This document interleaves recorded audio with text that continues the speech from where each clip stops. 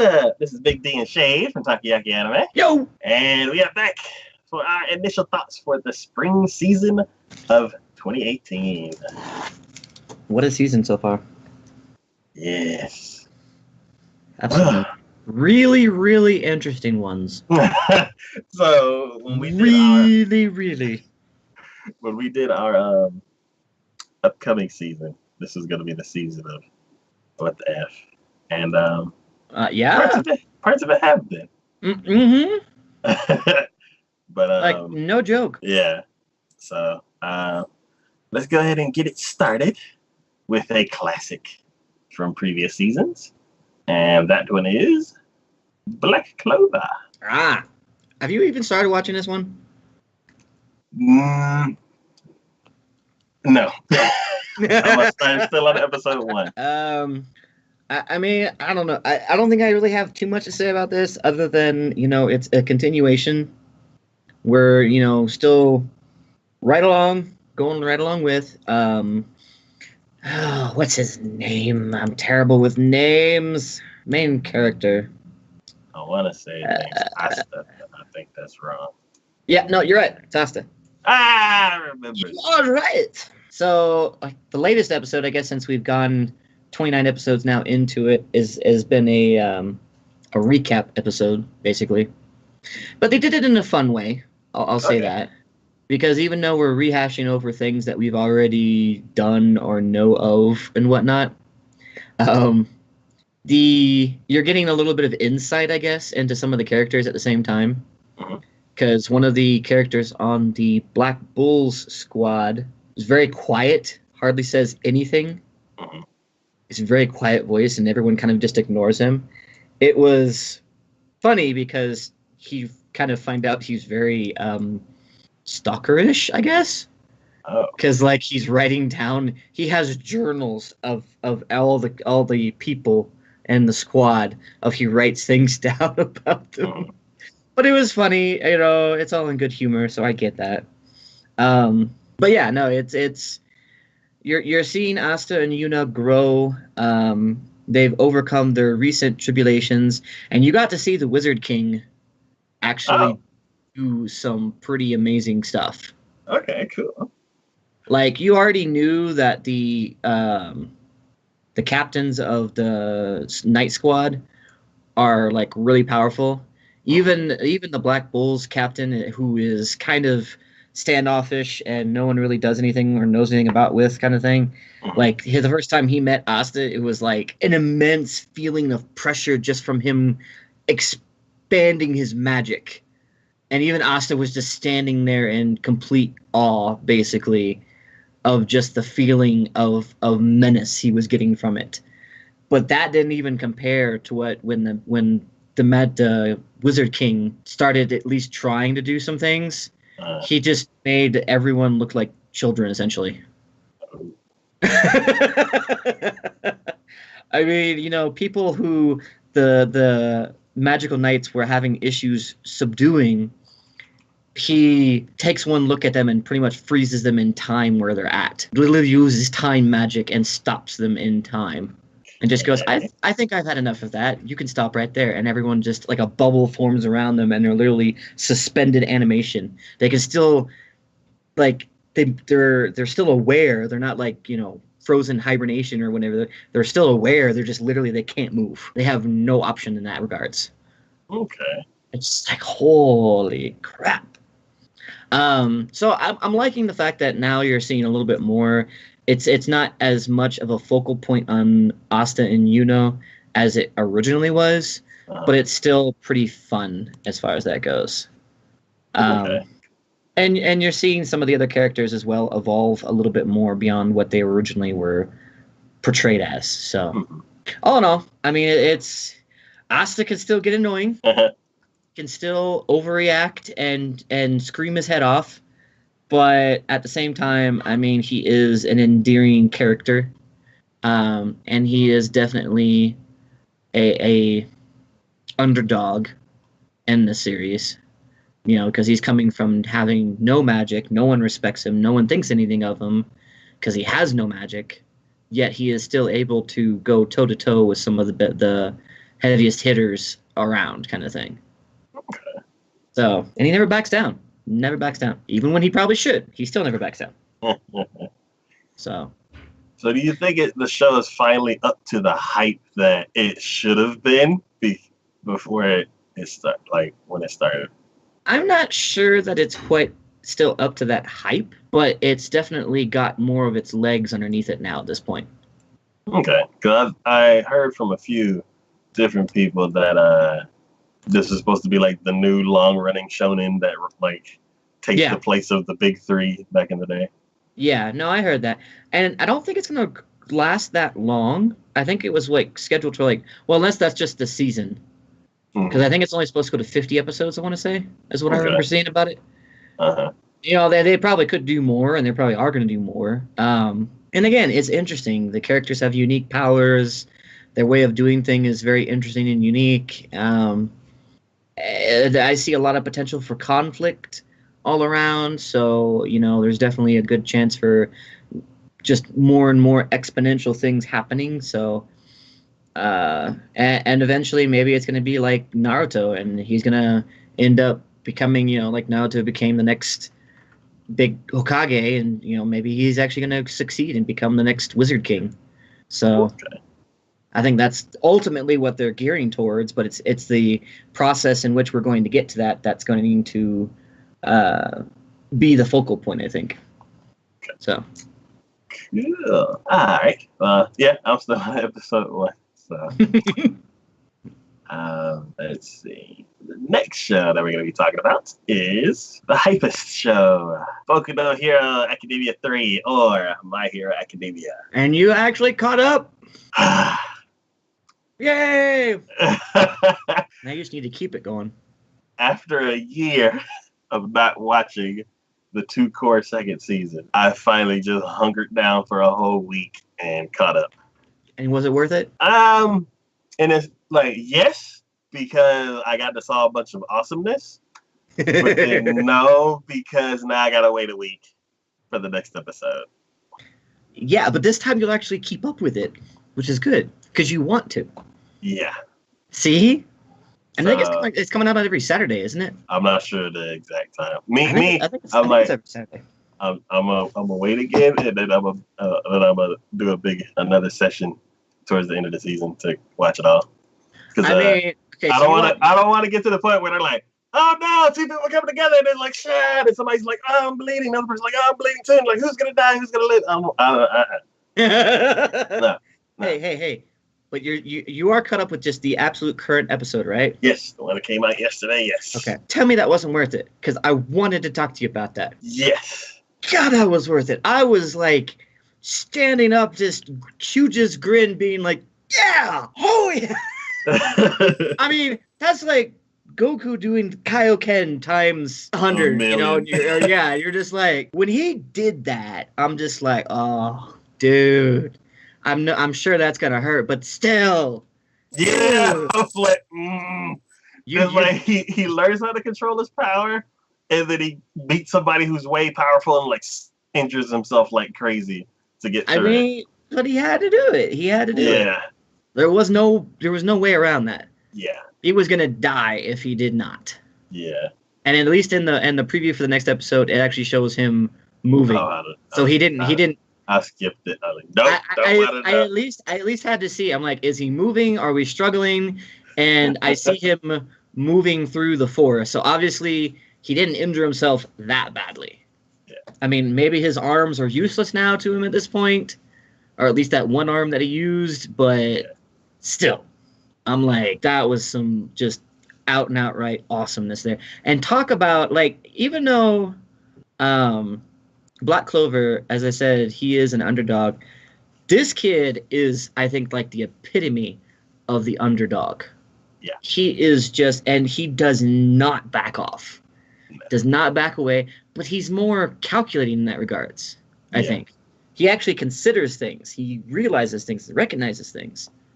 Yeah, so, he knows that he can't work too hard because that'll destroy him, so he works smart. Yeah. But he still uses the ability. He just, you know, he's got to be cautious with it. Yeah. But still, that was, And talk about other heroes and everything too. People with abilities. These guys and their abilities, they're just.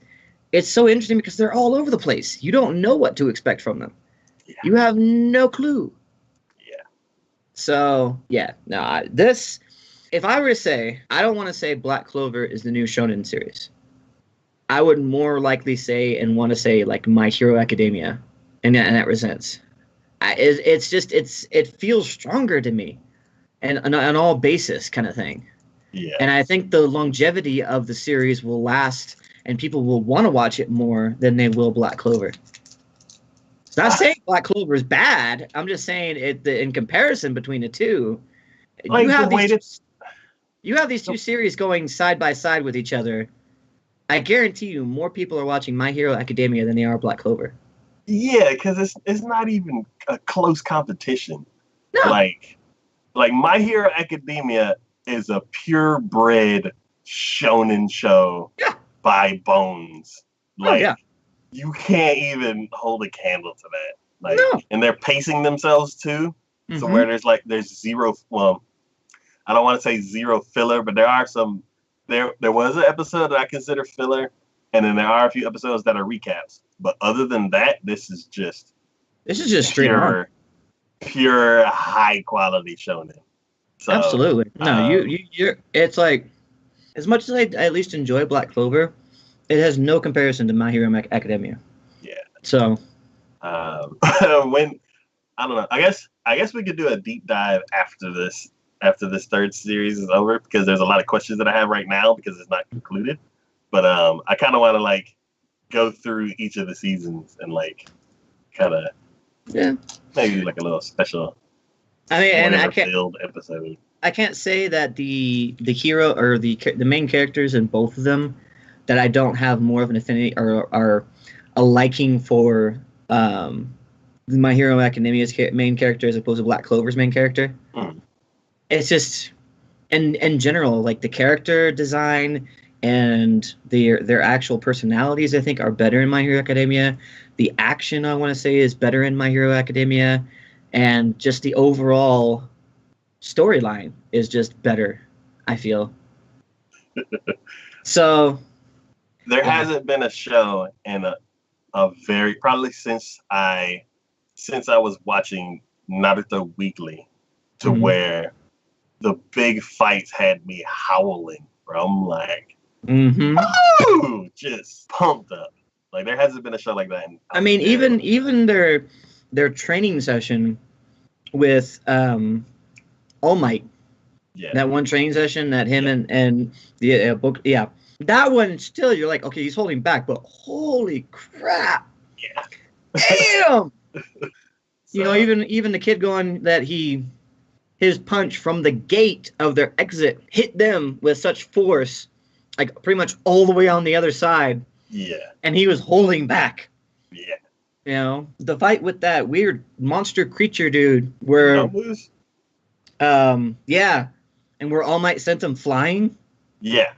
And, I was just like, damn. Like all of that. And it's emotional too. You like feel it, because stakes. There's real stakes. Yeah. Even the Fire and Ice kid, when he first came out and started out, you felt that. Yeah. Isuzu is that his name? With the motors on his caps. Yeah. When he had the whole thing with the hero killer, you felt that. Yeah. You freaking felt that. Yeah. And even with Kota, and just recently that whole situation, you felt that. And you're like, it's one of them things where they've built up enough trust and they've built up enough story, now that this is the third season, that they don't have to spend a long time building up characters. Like with the Fire and Ice guy, his stuff happened in season 2. Mm-hmm.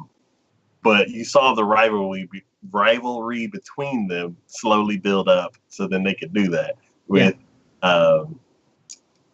motor legs. Like you felt from the beginning he was the straight-laced, perfect student, which is why he became the class president or whatever. Yeah, and like you saw And his then admiration for his brother and everything. and then to see it deteriorate to the point that it did, Yeah. that hurts you in that Yeah. regards. So You know? when they bring in the little kid Kota, like basically he's being affected by the entire world. And because Yeah. you spent that enough time in the world to where you understand everything, all they have to say is this little piece of the story that we haven't really been covering, he is a main focal point of that, which is like the people without quirks that aren't related to any kind of superheroes. Yeah. It's like it's not their fault. So it's they're like the story build, the world building in this series is amazing. So Yeah, absolutely. Yeah. I look forward every time I see a new episode come out, and I want to watch. I can't say that with Black Clover. You know, I sometimes can leave Black Clover alone till I have 2 episodes, and I'll be like, yeah, I got some time. I'll watch it. I'll catch up on it. My Hero Academia. The minute I see that there's a new episode, I'm watching it. I don't care what I'm doing. I'm watching it. Because you want to know, you want to see these things. They have made you invested in the series. For those who watch it and those who have been watching it from beginning till now, you are invested. Yep. So yeah, everybody should have watched it. I think it's like it goes anywhere from like number 1 to number 3 on the popular list of Crunchyroll, and it's like just the top 3 shonens are like rotating. And just think about it this way too, like literally from the first season all the way till now, if you look at Crunchyroll and how many episodes they say they have, the current episode for My Hero that's from the first season is 42 episodes. The current episode for Black Clover is 29 episodes. They're only 13 episodes apart from each other. Mm-hmm. And yet, in that amount, even without that, if I can go back to the episode 29 and episode 29 of Black Clover, it's still going to be better. Because they have made their world in such a way that happens. It's not. It's best I can say it, because I'm not trying to dog on Black Clover. I'm really not. But the best I can say, it's like having Avengers and Deadpool 2 come out in the same week. You wouldn't want to do that. Nah. Because you're like, people are, you're gonna have people split with that, And it's the same with this. Since both of these series are running simultaneously to each other, you can't help but draw the comparison to, and then it lessens Black Clover in that regards. I feel. So it's unfortunate, but it's true. Yeah. Highly, highly, highly, highly recommend checking out. Big bold letters, exclamation points, like all the way across the screen. Highly recommend. So. And this is the perfect gateway anime. It is a shonen, which younger guys are always attracted to, like Dragon Ball Z and all that kind of stuff. So if this is your first anime, you are going in with a high standard. I have even, because I've been actually watching some reactions. I have seen like this My Hero Academia, it spans genders, it spans age groups, because I have seen young people, old people, men, women, just all over the place watching this, reacting to this, getting excited for this, because not only is there, because like with Black Clover, it's like 2 guys are the main characters. In this one, there's the guy is the main, boy's the main character, but there are strong female characters in this too. Oh yeah. So I think that just goes all over the place with it, and I think it's an amazing show for it. Yep. So 2 episodes from now, I kind of want to dive through each series. If not, well, because I think out of our group, we're the only 2 people watching it. So, Cyborg might be watching it too, so maybe we can get him and do like a special episode where he dives through all of it. I'd be down for that. Yeah, I definitely want to like go into the details of this show. Mm-hmm. Oh, absolutely. All right. The next show we're going to be talking about is way different. It is Cutie Honey Universe. This one's all you. So I'm into this. How does it even compare? Because this is like, what is it, a reboot or is it a continuation from the original? Because I know this I don't is from the know. original. I don't know where it stands. It's Okay. so weird. Okay. Uh, I think because we've already labeled this season the WTF season on a scale of 1 to 10 with the other animes that you have watched, where on the WTF scale would it land? 10 being most. Yeah. What? 10 being top. Comparison to all the other ones, just for this season. Not saying for all the animes you've ever watched. I'm just I saying would say just for this season. the range of craziness is like a 3 out of 10. Mm. But as far as like magical girl kind of stuff, I don't know. Everything can always be crazy. Like this is just a weird older magical girl superhero kind of show. Mm. It's is like made around the same time as Lupin. So like Do you feel like just because maybe because you never watched the original one, right? I've seen bits and pieces of like But I Flash mean, and so other stuff. you've never actually seen a continuity of like the actual episodes and full on knowing what's going Yeah, I've on. never like watched through the. So, do you think because you haven't, is it now it's made you lost in this? No, I just think that the way that the show conducts itself is weird. Like the villains are weird. Mm. The honey's weird. The animation's kind of wonky. It's like Studio Dean did it with their wiggly animation, like with Oh, like that one that we were talking about Konosuba. where, yeah, everything was moving all the time. No. Oh, It's not like that one that I think starts with an H. Handshakers. It's not like that. No, it's like if you take Konosuba season 1 and season 2. Season 1 average animation. Season 2 everybody's kind of goofy looking.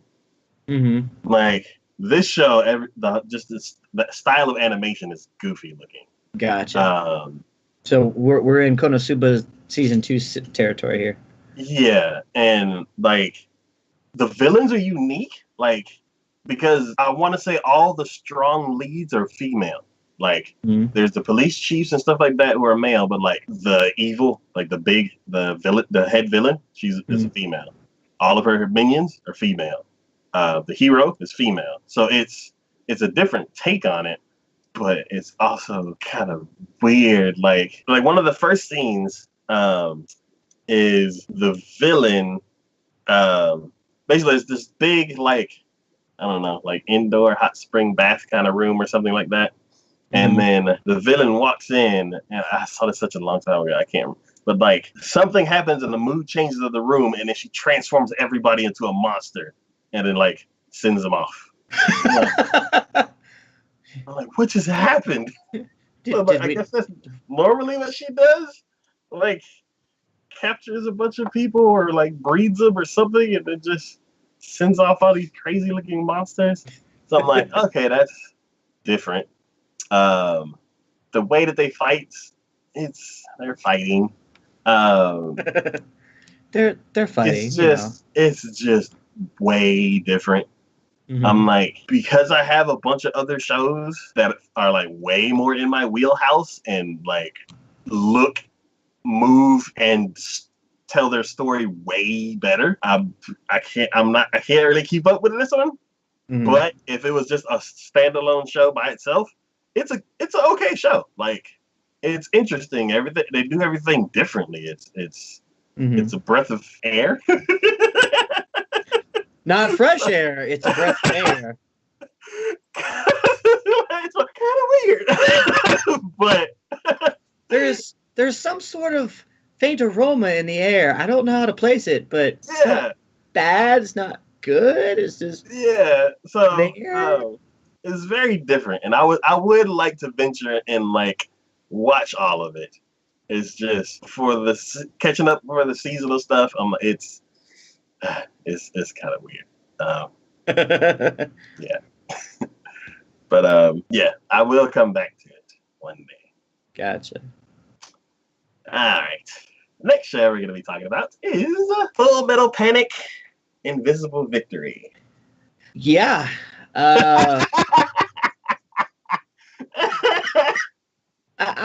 because I've watched all the series from Full Metal, the first one, to Second Raid, and even Fumofu. And maybe I'm just remembering more on Fumofu than the other ones. But I don't know about you, but is this like, are you feeling like this is really dark? I feel a very strong sense of desperation. And Desperation. Like the stakes are really, really high. Yeah. No, I get that. But like, But I'm just like, other than that, I don't. I've only seen the first episode, so okay. Yeah, they were like in the car with helicopter stuff. So I'm just like, holy crap. I feel like this is getting like dark. okay. Which I like. I'm not against, but it feels to me like a different take. Is the one that's doing this? Are they the ones who did the original ones, or no? I don't think so. I don't think so. Okay, I think they're putting their own spin on it. Quite confident that it's not them. Yeah, I think they're putting their own spin on it, and that's why it feels different. It feels different. Like the characters are all there, everything, you know. And I will admit as well that the original series that I watched them in English dub, and I'm watching this one in sub. So it's not. There might be a little bit of just like getting adjusted in that regards to that, but the action and what they do, I'm just like, holy crap. And you said it's been what? It's been a while since the last one came out. Yeah, over a decade? Close to it, if not. Because I want to say. So there's this one video that I had showed a coworker, and I rewatched it. And as far as mech series go, you have to catch the audience's attention in 3 episodes or less, because the way that they explained it is,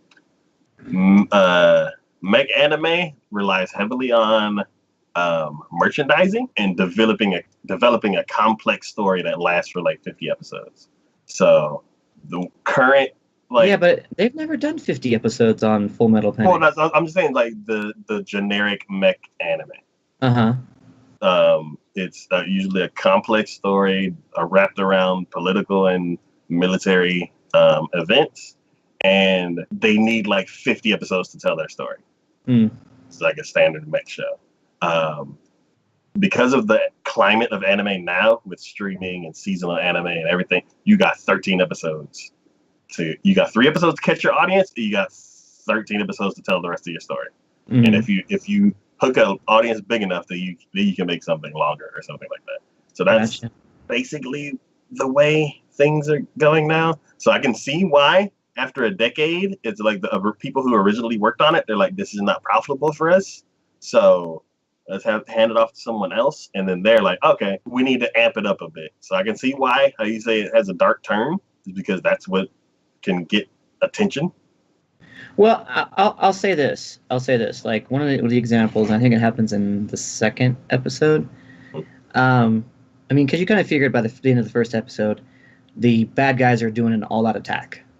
And at the base with, I forget her name, but the main commander, captain.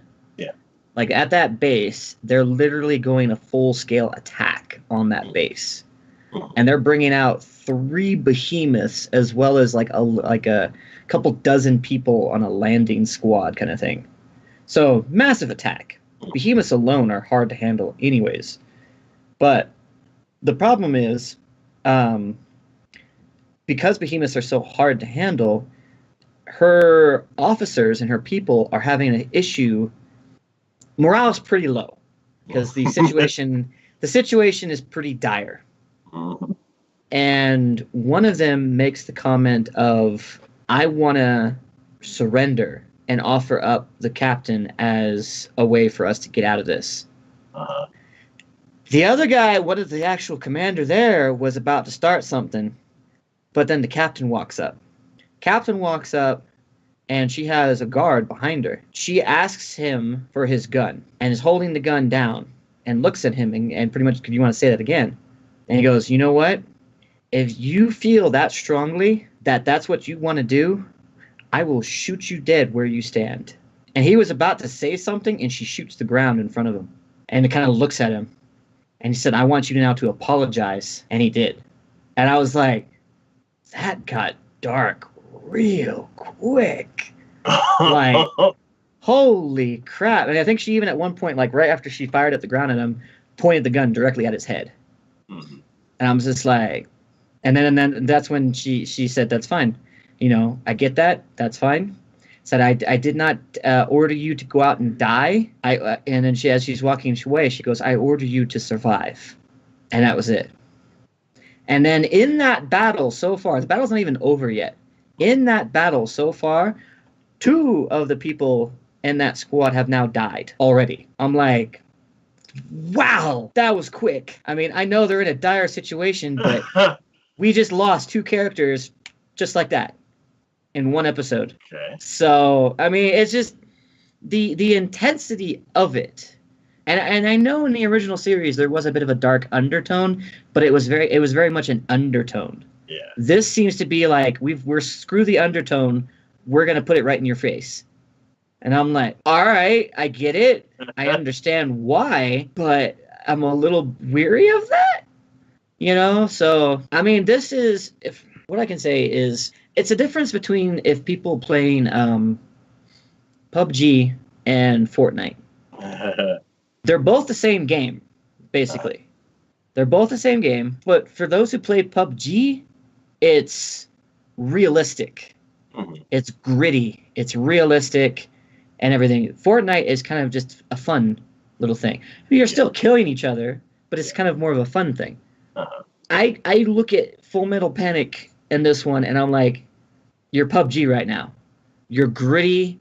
You're in your face. You're just... I mean, again, maybe I'm thinking too much of Fumofu or whatnot, because that was kind of a fun little series they did off to the side. Yeah. But this was just such a twist on it. I'm just like, ow, holy crap.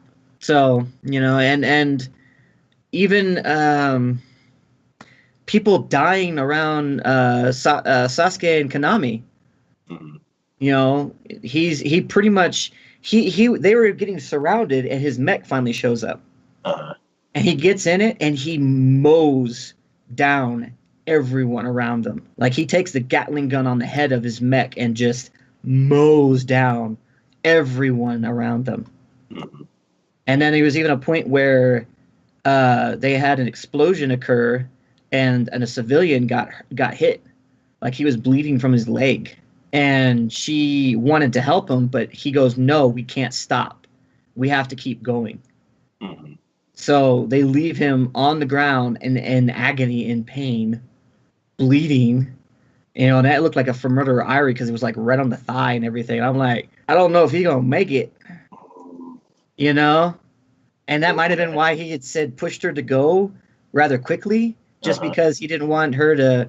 You know, if they couldn't do anything for him anyways, because he was already pretty much toast at that point, and there was no way they were going to get him medical attention in time to be able to do anything about it, maybe he pushed her away from that just because of that. But that's what I'm saying. It's like these moments like this, it's been just rapid fire. There's only 3 episodes in.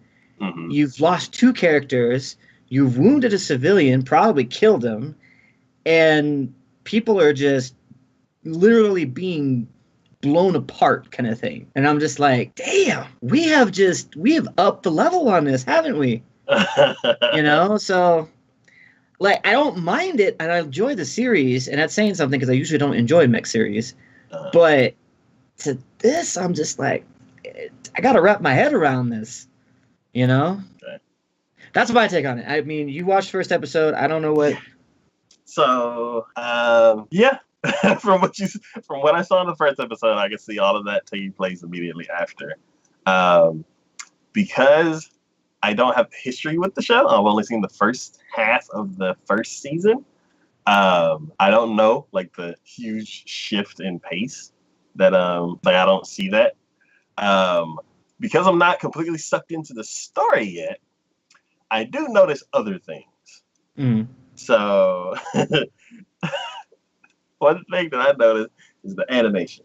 It's a different studio, so the animation is going to be different. Yeah. But I feel like it has been animated with an algorithm. An algorithm? Yes, because normally when people do stuff, they're like, oh, let me grab my phone, and then da-da-da-da-da, and then you do stuff.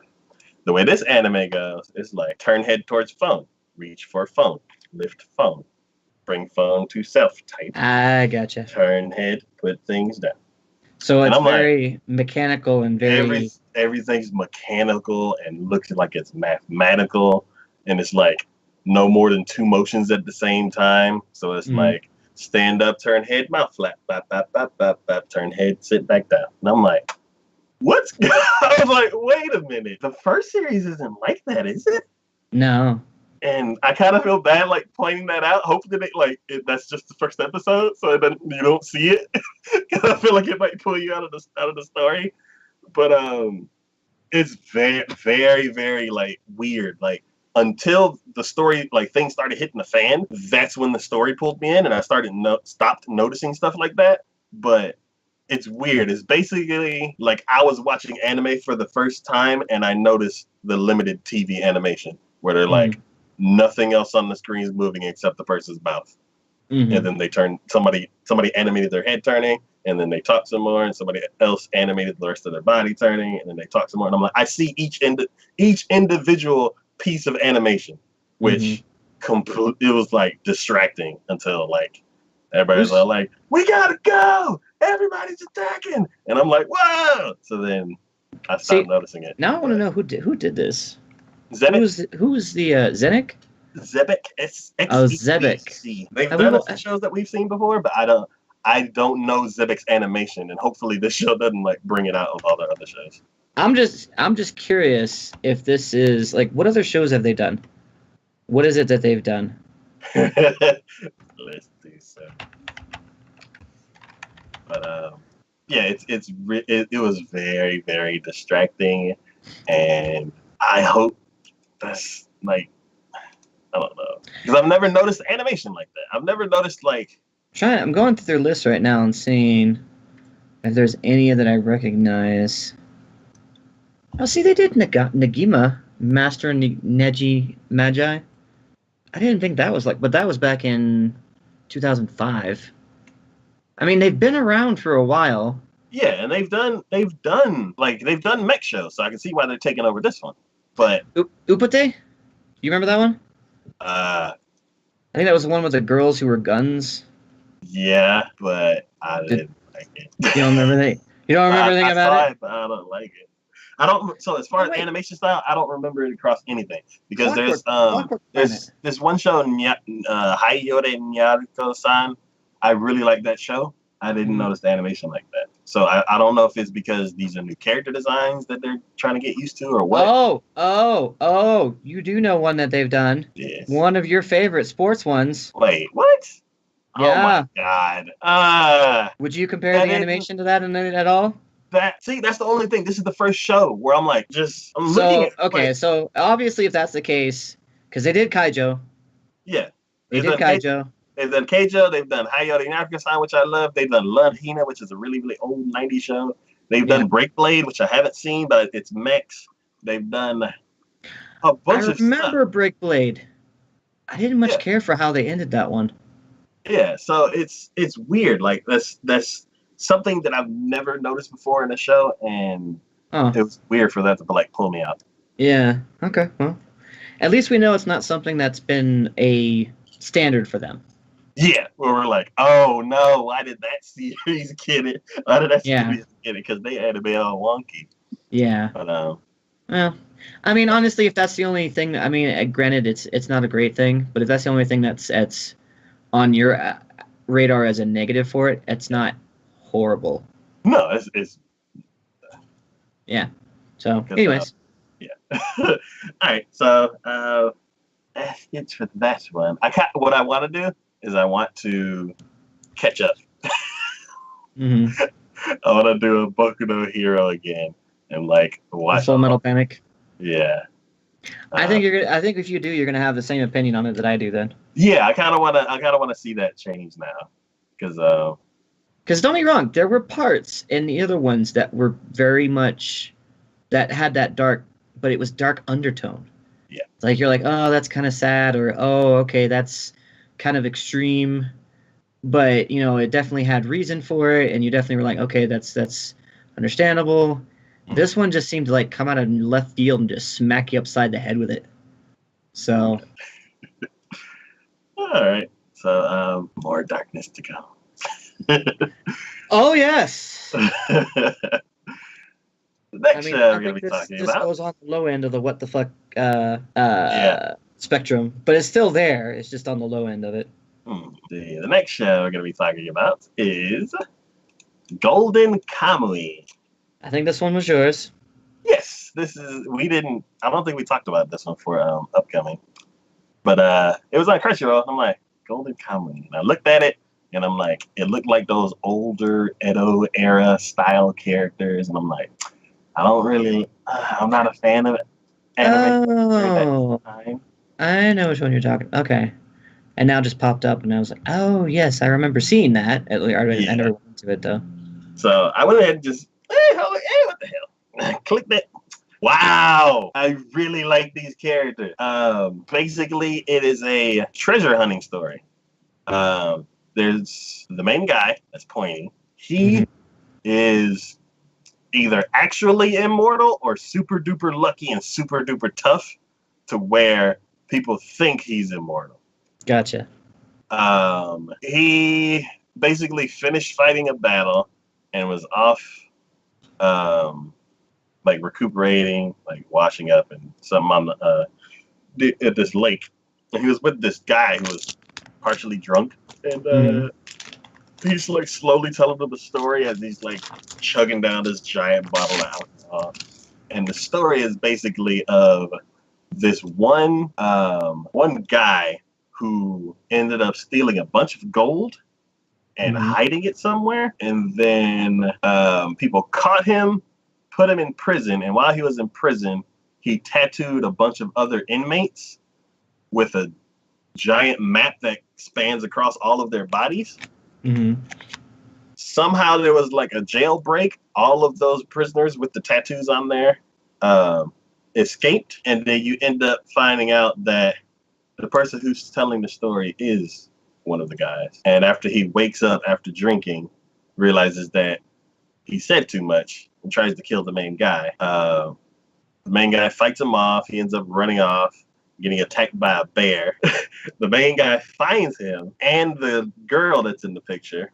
And then they realize that it's not a regular bear that killed the guy. It's like this giant monster CG bear. And of course, they end up fighting off the bear for the rest of the episode, and then end up teaming up. And she's like, she's gonna help him find the rest of the people who have the map on their bodies, and he's gonna help her find the person who killed her dad or something like that. I can't remember exactly, but interesting. The animation's really cool. That hook in the first episode was like, because I kind of had an idea. I'm like, how does he know so much about the story? And the fighting was pretty cool. If they're not fighting bears the whole time, then it's going to be really cool, because the bear's kind of like stiff, and it's also like animating hair and CG hair and all that kind of stuff is tough. So yeah, it's kind of weird. But other than that, this show is amazing. Animation is crazy. The 2D animation is crazy. The 2D fight scenes are awesome. But I'm just by him telling that story, I'm like, oh, is he gonna go find the treasure? And then it's like, oh, dude, yeah. So nice. I'm really excited about this show. Ranking it with all the other shows, it's towards the bottom. So I probably won't continue it now unless a bunch of other shows get stupid. But as of right now, this show is really, really, really cool. Okay.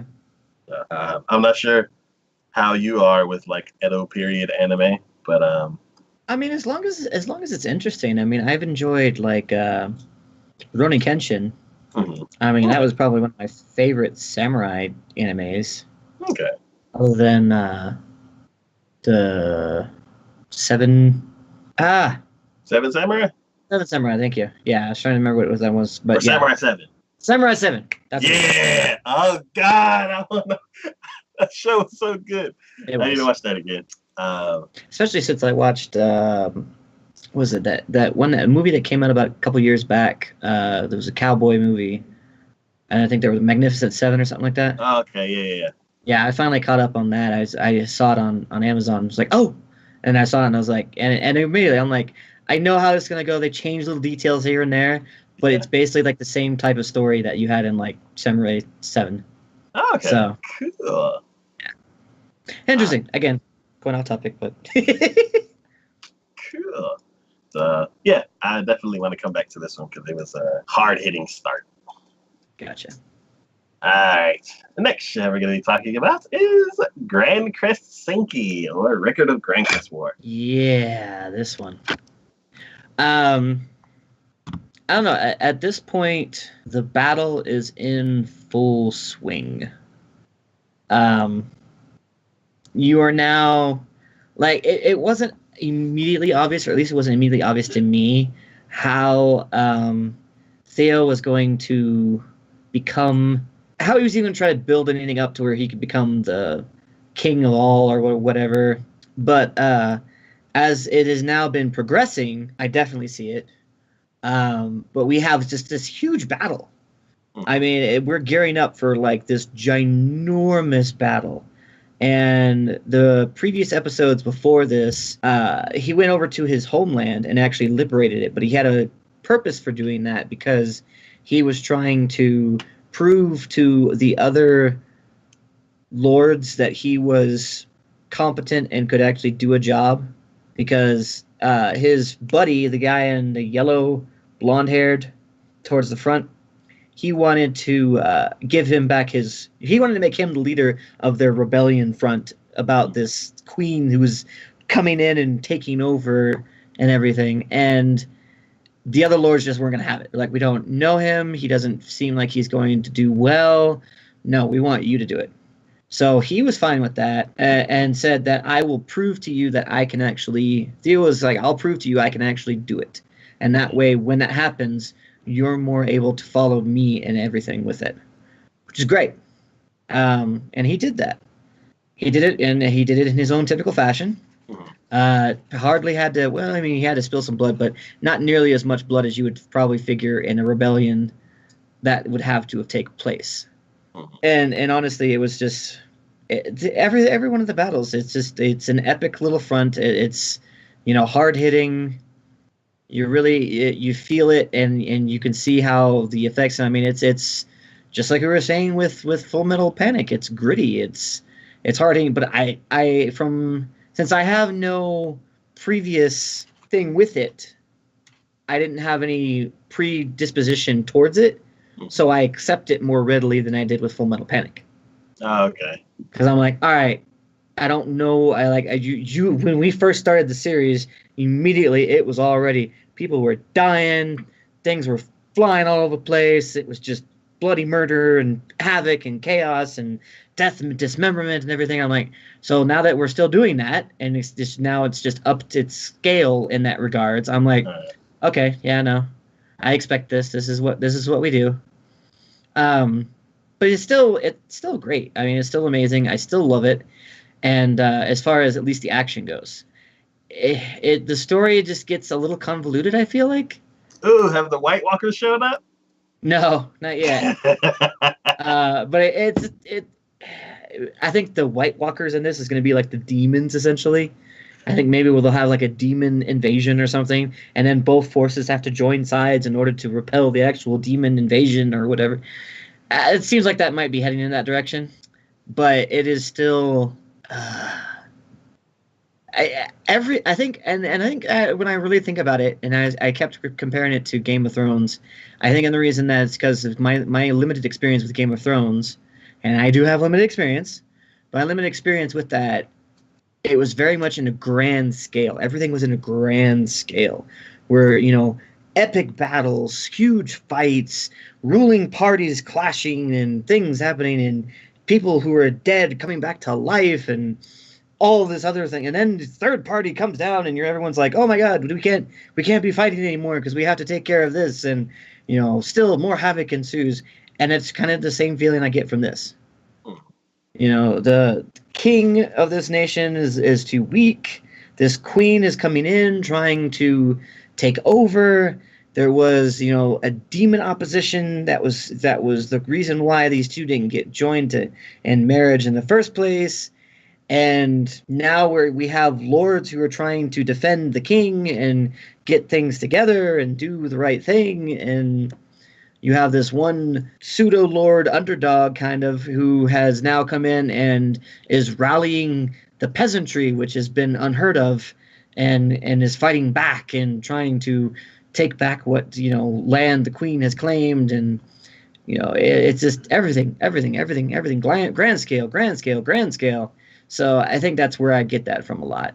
It's just you add just that much more fantasy into it because you had witches and werewolves and all sorts of other creatures. And just like, again, the only thing they're missing is freaking dragons. I haven't seen those. No one's mentioned them, but I wouldn't be surprised if just randomly they show up or appear. It's like, oh, look, dragons are here. And it's just go over to my list and just be like, yep, check that part off. That's kind of what I feel like. It's not, and again, it's not, it may sound like I'm being negative on this. I'm not. I wouldn't have still be watching it 16 episodes in if it was bad. It is still interesting. It's still entertaining. I felt like in the beginning they were putting too much into the magic of the lords and their crests and everything. But as of late, that does not seem to have been, it's only been like a minor thing more than a major thing. So beyond that, I mean, again, I think there are probably other, I say it in the same sense as when we were comparing Black Clover and My Hero Academia, because they're both shonen. I feel like there are other fantasy anime that do fantasy better than this one does, but that's not to say that this one's bad at doing fantasy. It's just there are better fantasy animes out there, kind of thing. Okay. So, yeah. I am still on episode 1. Alright. The next show we're going to be talking about is Hina Matsuri. I don't remember this one. I think this is yours again. Yep. So, this is the one that you said it is too manga for you. I have to see when it pops up on the screen. It hasn't come up yet. I'm sure once I see it, I'll be like, oh, yeah. I love this show. It is very, very good from the first episode that I've seen. So, we have talked about a synopsis before, but basically, a girl comes from future, another dimension, not sure, and she's inside of this egg capsule thing that compresses her. It's stupid looking. And the ET anime. Okay, yeah. So basically, she comes out of this portal, lands on this dude's head as he's watching TV, rolls off into the corner, and then he's looks at it, and there's this big face on it, and she looks at him, and he's like, I think I need to go to bed. And he just leaves and completely forgets about it. Wakes up in the morning after finish shower, walks into the living room, and he's like, oh, that did happen. And she's like, could you please let me out? I gotta pee. And I'm like, they're playing this straight like there's nothing weird going on. And I'm like, okay, this is good. He finally lets her out, and she has this power, levitation powers. So she asks him a question, and he doesn't give her the answer that she wants, and she just starts lifting up all these expensive vases, and he's like, whoa, what are you doing? And she's like, smash. And he's like, no. And she's like, I said blah blah blah. And he's like, okay. And then basically, the whole anime is basically him trying to live his Yakuza life, and now he has a daughter that makes him do whatever she wants, or else she'll break more of his stuff. It is hilarious. I don't know why she would keep her around. I'd be like, Sure, and then He I'd find a tries, way to get rid of her. he tries to send her away, and then she's like, "See this?" And he's like, "No, no, no, no, no, no, no, no, no, don't break it. Put it down, please, please. Okay, we'll do that." And then she's There's, like, "Okay." there's got to be a way to get her out of his place to where all of his stuff is not immediately accessible to her, and then just go, "I'm gonna ship you off to Alaska." Find some way to do that. It's so funny. Stuff her back in the ball and like launch her back into space with a do not return sticker on it or something. Like after a day or two with her, he like walks in the living room and he's like, "Oh yeah, that pod's here." And he's like, "Huh, I don't know why. I guess he kicks it or something." And then it's like, and then he's stuck in the little egg thing. See, She I walks in and he's like, "Get me out of this thing." And she closes the door and leaves. oh god. It's so good. This show is so good. Like this is the one of the shows that I'm definitely continuing. I Like think I would be ripping my hair out, and eventually I would look at her and go, you know what? You can break every single thing inside of here. I'm shipping you back. I don't care. I don't even care. You know what? Break it all. Here, let me help you. And I'd start breaking my own things and be like, what do you want to do? What do you want to do? Your threat has no effect on me. Get the hell out of my place. Oh, I'd be so pissed off. I already know just from that description, I can't watch this. I'm gonna get so pissed off. I'm gonna be like, no.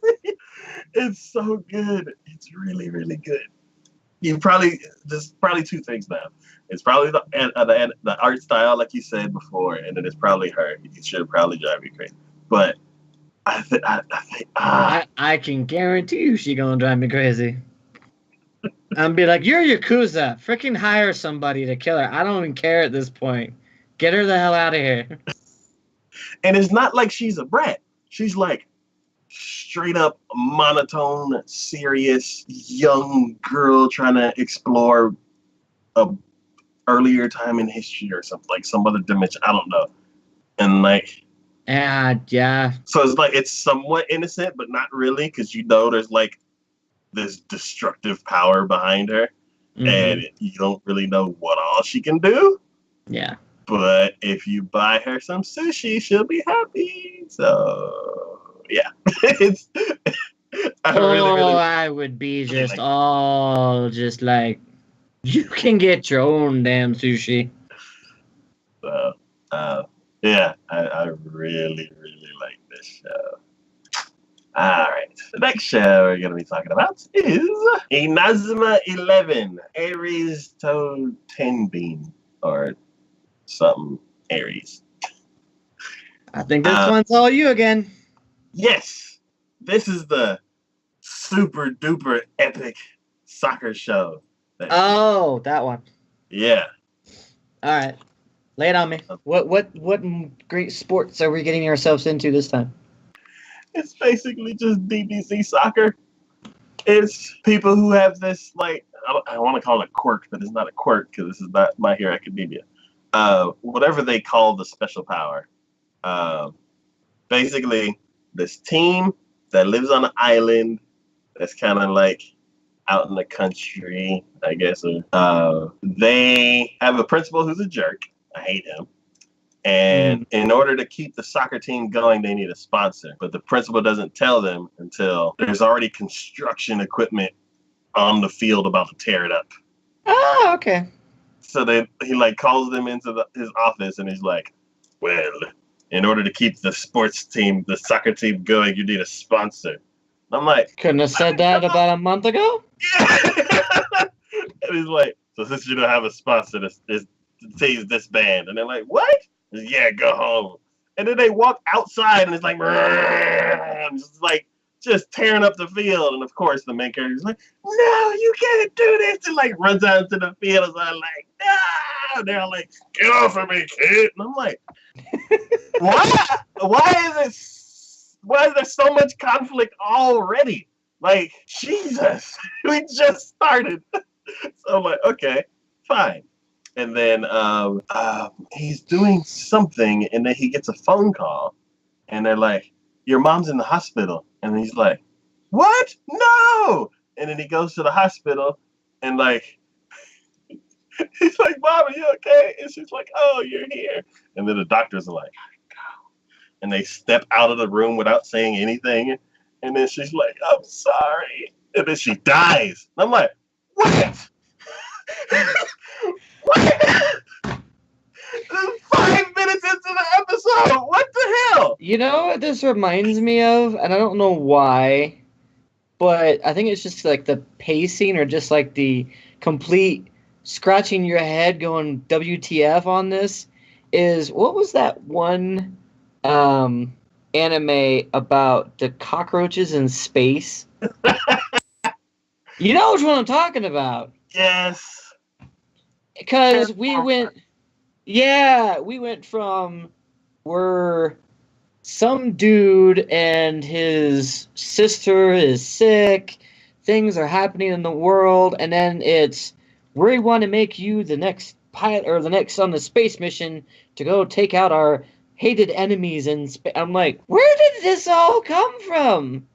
Why any of this? What are we doing? It reminds me exactly the way you're describing this, of this. Now, it has nothing to do with each other other than the fact that you're looking at it going, why did any of this happen? What are we doing? So after that, he's like sad. He's talking to his team, and then the principal calls them again, and I'm like, oh God, what are you gonna do? Are you gonna shoot him?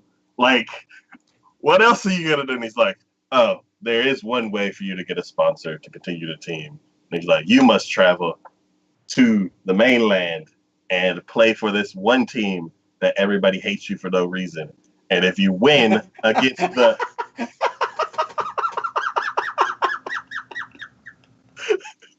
and if you win against the number one team in the country, then you can continue playing soccer. And I'm like, this sounds horrible. Why are the stakes so high? This is like as much stereotypical, as far stereotypical as you can possibly be. There is one way that you can save yourself. You must play for this hated team, so they will hate you for no apparent reason. And if you win against the top performers who are like gods in their own right, then you can keep your field. That's already halfway destroyed. I'd be like, I'm good, thank you. So I'm gonna go play soccer at like the field down the park down the street or something. Sheesh. So everybody else on the team's like, we can't do this. It's impossible. And then he's like, no. Nothing is impossible. Because we have to save our soccer. So then they go and they go to the school. And I'm like, has this school not had a soccer team for like 10 years? Like, why is the door to the soccer equipment room like welded shut? Like, no, like they're having a hard time opening it. I'm like, is it locked? Are y'all just not? Like, why are y'all struggling so hard to do that? And then this like group of like mean girls come up and they're all like, oh, so you're the team that's supposed to be doing that. Well, you know you're going to be playing the best team in the country. And they're like, yeah, that's why we're here. No, I know, yeah. So then the actual soccer team manager comes up and she's like, oh, I'm sorry I'm late. And she's like, here's uniforms. And it's like, we have all sizes. Sizes from little bitty cat boy to giant golem sized dude. And I'm like, okay, that's weird. Character designs. Okay, cool. So they do that and then they train without a coach. And no. They do get a coach. He is some kind of martial arts master. And they got him because... Is he from like the hidden temple, Buddhist temple in like the Himalayan Alps, and so, he's really a monk? Backstory, so maybe. But it's So this like bad. this big round guy with the two little tiny stereotypical mustache and Uh-huh. Yajirobe, and and he's like, here's the training schedule: 100 laps and go home, and you come back and something else that's not soccer, and then you go home, and then you come back and something else that's not soccer. So basically, 10 days of something that's not soccer, and then you get to play the #1 team in the country. And they're all like, what? Then it's game day. They start playing, and if you look in the picture, the bottom row, all the way to the second from the right, is like kind of round. So, real quick, what even grade is this? Well, like, how old are these? Are we talking like 10-year-olds, Cecily? I want to say middle school. So It's so intense for like freaking 12-year-olds. So they start playing, and that one little guy that I mentioned, he's the only person on the team that knows so far from the first episode that knows how, or first combined episode for like a first episode special that's an hour long. He's the only person that knows how to use the special power. So somebody gave the pro team like the wrong info, so they're just like playing soccer like regular people. And then this team, after all that running training and everything, they're all like, yeah, and they're like, boom, boom, boom, and they kick it up in the air, and then what's his name does like a super powerful backflip kick, they go, and stuff's all over the screen, and it's like, they scored a goal. Then the other team looks all at each other, and they're like, oh, this team's actually 7% faster than what they said, and one of them can use the special powers.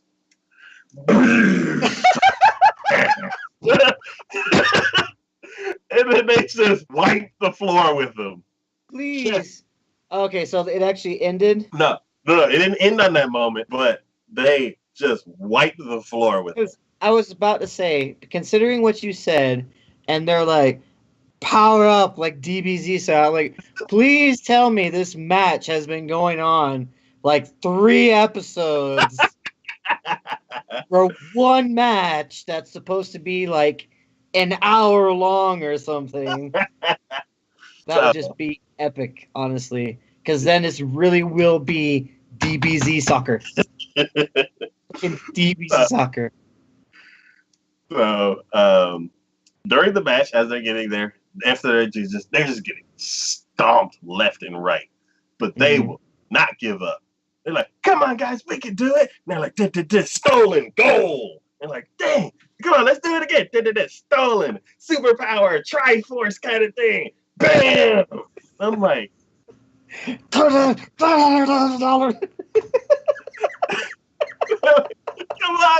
don't lose hope. We gotta do it. And it's like I don't know, like 11-1, just stomped. And then it's like everybody's kind of sad and everything. And then they're like, well, since we're here in Tokyo, in the big city, they're like, let's just go and like sightsee to kind of raise our spirits and everything, because this is our like one like chance to actually see all this kind of stuff that we hear about. So then they go on like a shopping trip with the whole class and all that kind of stuff, and they're all like sightseeing and everything. And then I think the last stop is like Tokyo Tower, so they're like up at the top and like get to see this nice scenic view. And then the main character, who's been like, we can do it, guys, this whole time, somebody says something, and then he just like, we tried so hard. And the whole team just starts crying, and I'm like, oh god, oh no. I was like, I don't even know these characters, but this is sad. And then all of a sudden, this one guy out of nowhere in like this business suit walks up, and he's like, oh, are y'all the people who were playing in that one game? And he's like, y'all put up a really good effort. Like, do y'all have a sponsor? And they're like, no, we're gonna lose soccer. And he's like, I'll be your sponsor. And then this next episode.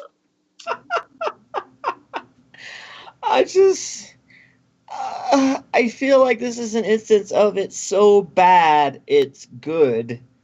Like, it completely goes all the way around the scale and comes all the way back around to where you're just like, you know what? It was horrible, but it was good for all the wrong reasons. It's so cliche, and they just leaned all up in there. That street that was they were coming up to for cliches, they're like, oh wait, here we go.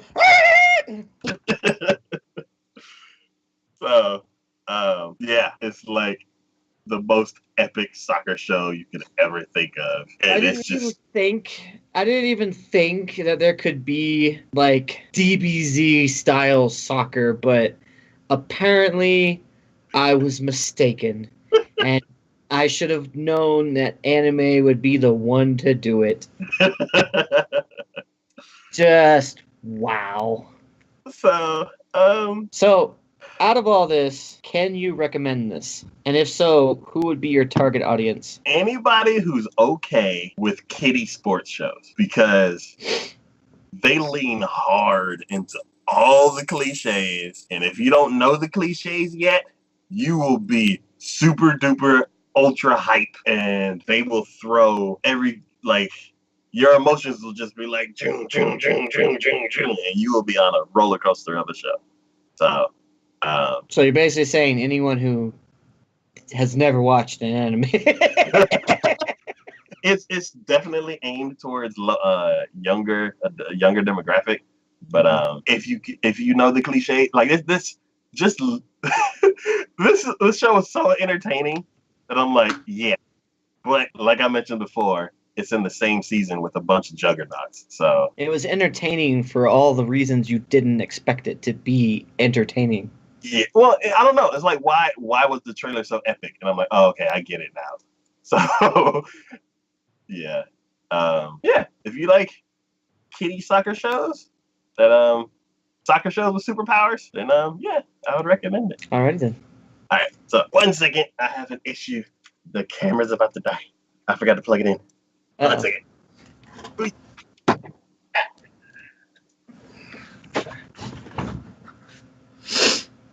Need power.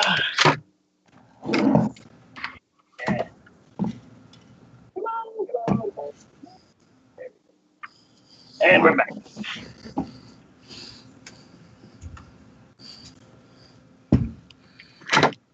Let's see.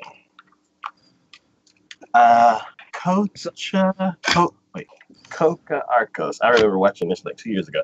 Yeah, I think it's like that's what it is. It's the new generation from the older Inazuma 11 shows. Because oh wait, so this is a continuation? It's basically kind of like the Boruto of the original. Because they talk about the original. Yeah, they talk about the original Inazuma 11, and they're like legend has it, this old team were like the best, and they were the best in Japan. And now this new team is gonna rise up against. They're like ready for a rematch. They're like, we're gonna get them back this time. Oh God. But yeah, I haven't seen a show that's like, I guess. How many? Are they really just doing like how many different cliches of how many different types of genres of shows can we possibly throw into this? I haven't even met all the characters yet.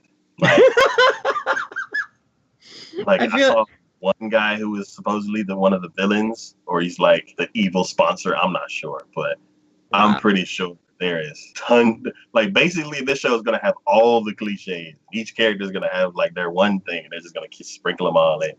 But it'll be like, we're gonna cliche romance, comedy, action, shonen, just all of it. Throw it all in there.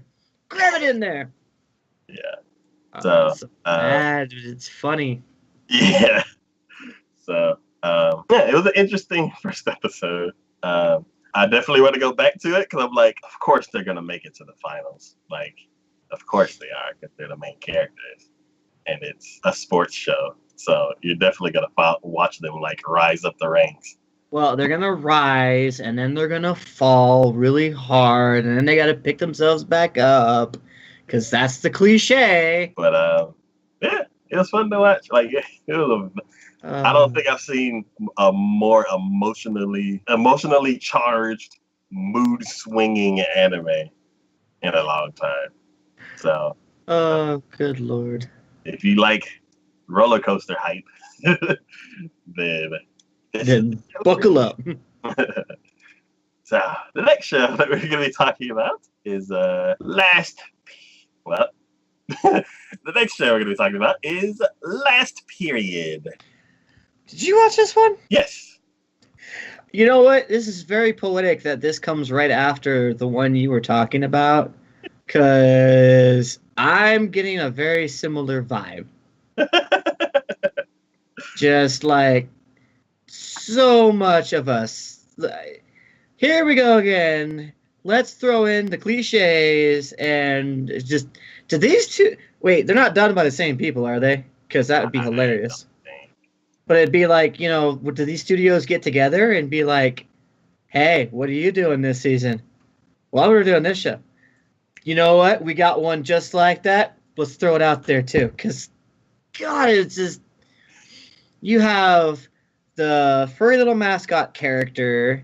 You have some, like, little girl who tags along with the main protagonist. You have the protagonist who's about as stereotypical in the characteristics as possible, super hyped, super willing to do everything, super happy, joy.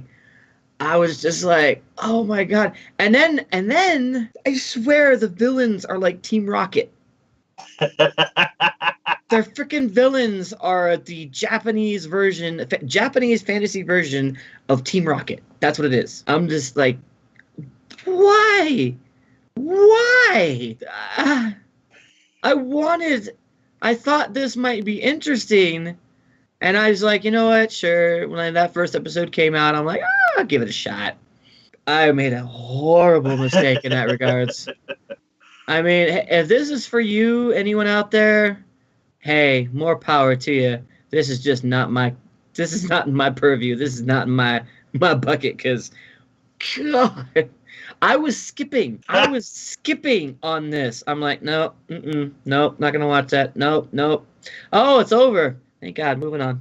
You know, it was just so bad. I didn't want to watch any more of it. I thought the characters looked interesting. The animation was at least good, but I struggled with this one so much. I really did. What was your take on this? I actually liked it. It is very silly. It doesn't take anything serious at all. But I feel like it wants to. It tries to almost. Yeah, I can see some of the jokes coming, and every now and then they're like, "Oh no, we're gonna be way sillier." Like you don't even like, no, you can't out silly us. Like, I didn't want. Bravo, that was funny. I feel like the synopsis was way more like complicated, but more serious than the show actually is. Maybe that's what threw me off. I felt like after reading the synopsis, and I think we discussed this one too. Yeah.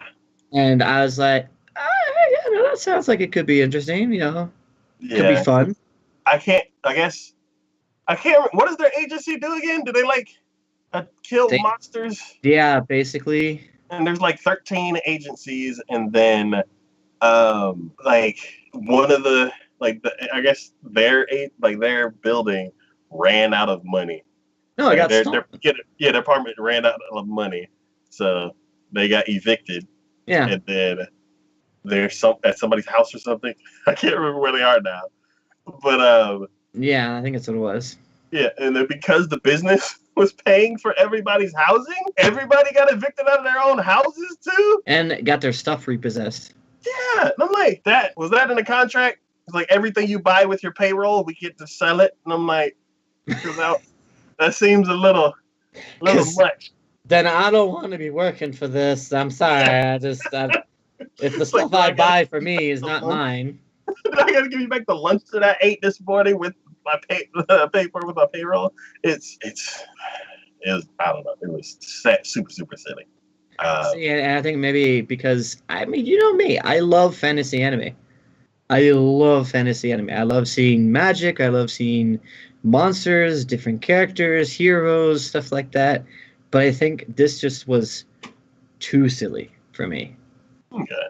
We hit that threshold of silliness, and I'm like, just when I would give it another shot, and in my mind, I'm like, all right, let's continue a little bit more, see where this goes, see what happens. Even greater silliness would come out, and I'm like, oh my god, you know. Had they just been silly, I guess, at their home, I'd get that. I'm like, all right, you're home. You're not nothing serious going on here. You can act whatever you want. No, they're silly freaking everywhere. Making freaking buffoons out of themselves. I'm like, that's why y'all ran out of money. Yeah, exactly. Y'all got kicked out of your building. Exactly. Ain't none of y'all taking this job seriously. But either way, I mean, it's just, Yeah. I don't know. It's like I may come back to this one day. It's one of those shows that's like, to me, it's like Slayers. Like Slayers is a silly show. This is a silly show. Whenever I'm in a, I think that this is even sillier than Slayers. Yeah. This is even sillier. Yeah. It's top so I would say, I don't know. It's like if I'm in a mood for some silly anime, there's a few other ones that I would go to before this. If this is like at the bottom of the list of silly anime that I would kind of maybe go back to. I'd watch Fooly Coolie before I'd watch this one. Fooly Coolie is actually really, really good, though. I would say there are parts of it that are nonsensical. But I look at it as it's a silly anime. I look at it as a silly anime. Okay, but yeah. If anybody wants a show that doesn't make any sense, you have no idea why anything's doing what they're doing. They're just doing it. Okay. All right. We have a question in the chat. Hammy the Dank Means IG. What is your favorite anime? It's a hard question. I already know my go-to answer for that. So Hellsing Ultimate. Hellsing Ultimate. That's my go-to. So, I always love it. But see, I always tell people that, and then I always tell them, but my number 2 one right after that is Usagi Drop, which is about as far away from Hellsing Ultimate as you can possibly get. Mm-hmm. You have the uber over-the-top violence and blood, gore, vampires, epic battle sequences, and then you have a college right out of college graduate working a job taking care of a little kid that wasn't his own. Uh-huh. I mean, what can I say? It's hard for me because I like so many different things. My favorite shonen anime, I would say Dragon Ball Z. Followed closely by Dragon Ball Z, by Fullmetal Alchemist. Favorite sci-fi is one called Kurao Memories, which I'm going to be watching soon. Favorite comedy, it's like a toss-up between, well, I don't know, those shows are like half sad and half funny, but like, I guess favorite dramas are like, my favorite dramas, it's like drama / comedy, because it's like Canon and Clannad. Both of those are like half silly and then a half dark and depressing. Rip your heart. Freaking dark and depressing. So, yeah. That's right then. Okay. But yeah, there's too many shows for me to narrow down that are like really, really good. So, I'll go with comedy, drama, and shonen. All right. The next show we're going to be talking about, going back in the day, Lupin the Third. Wait, they have a new season of that? Yes, it is Lupin the Third Part 5. So only Part 5? Holy crap. 5th season. I know there's a bunch of movies, and I knew there was a few series. I didn't know that there was 5. So I'm sorry, I just read Deadly Haru's comment. I could see that. I so could see that.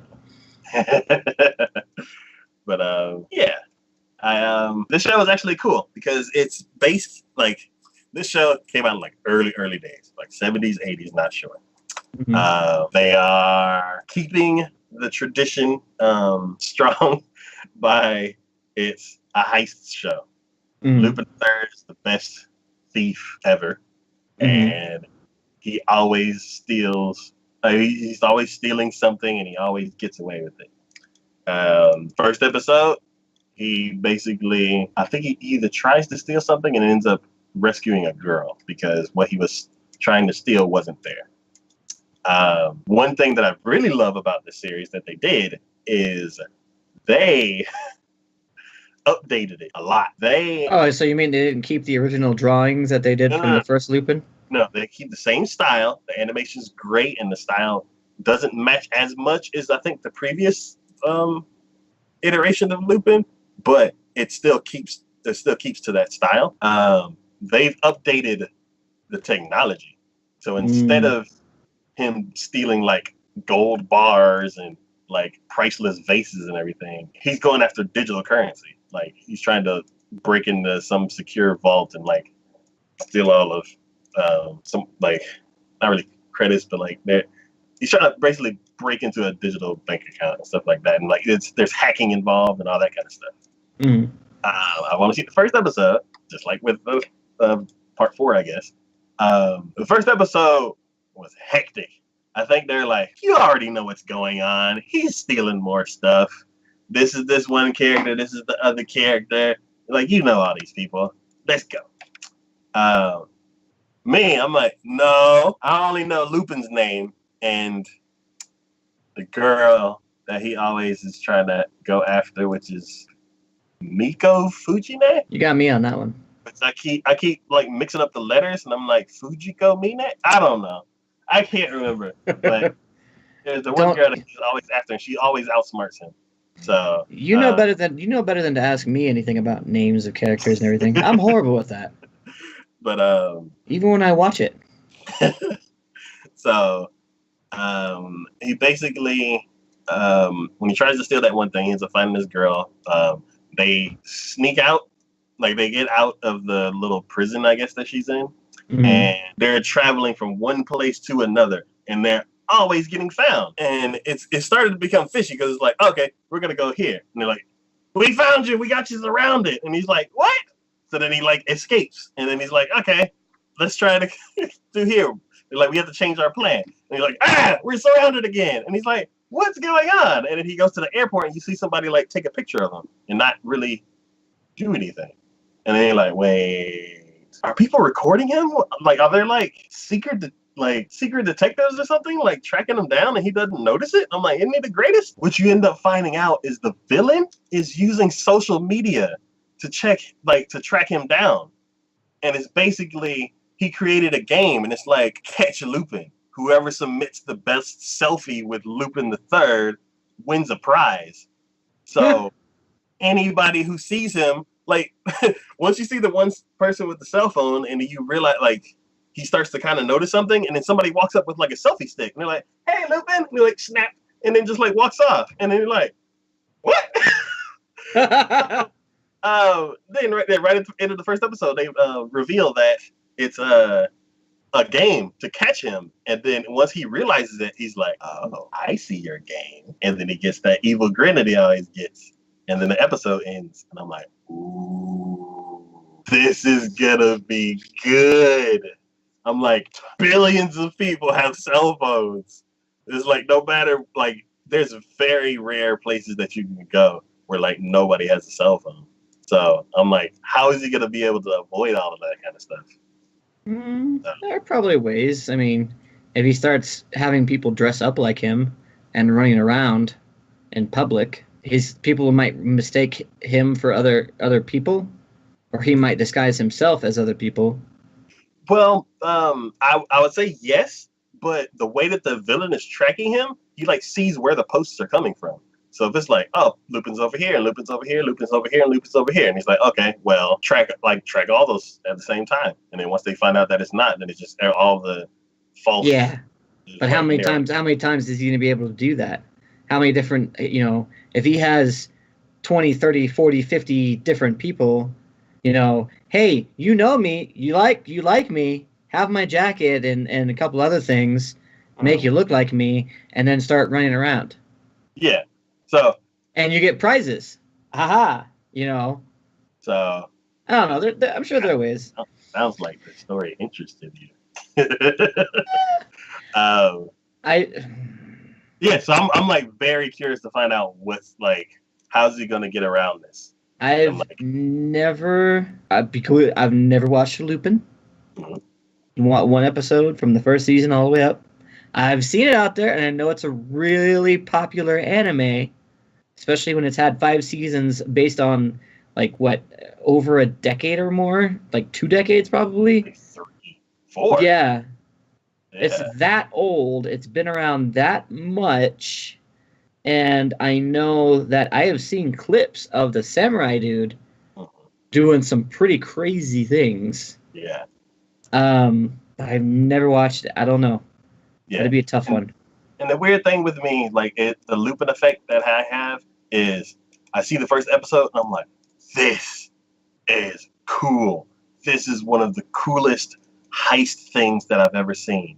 Next series. I don't know why. I don't know why I can't stick with it, but I am following the same exact pattern. I watched the first episode and I'm like, this is gonna be good.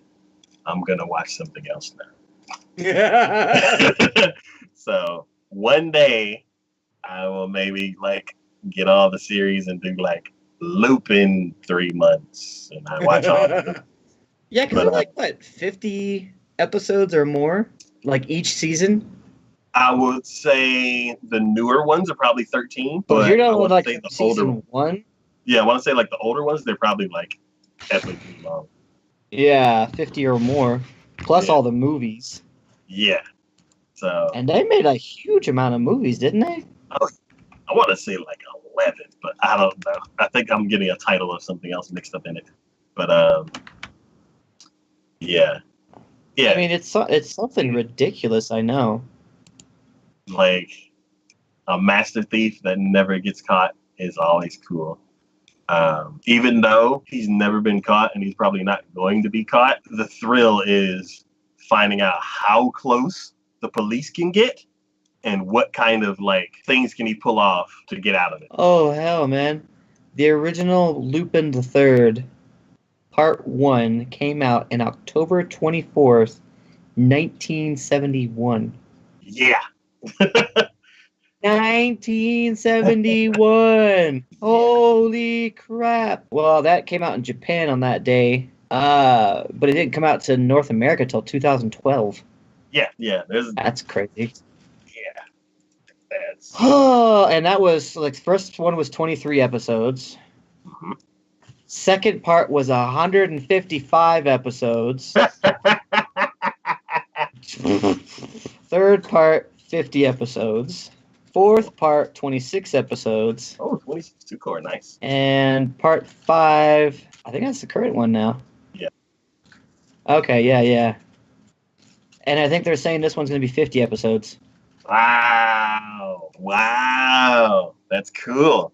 I'm curious, like how much current technology they're going to put into it. Like if they're going to be talking about Bitcoin or I don't know. Like, already using social media, which is my favorite thing to see in anime. Like characters using social media. I think the first one that like I can think of that used it where social media affected the plot a lot was Yuri on Ice, because all the skaters were tied to the skater Twitter kind of thing.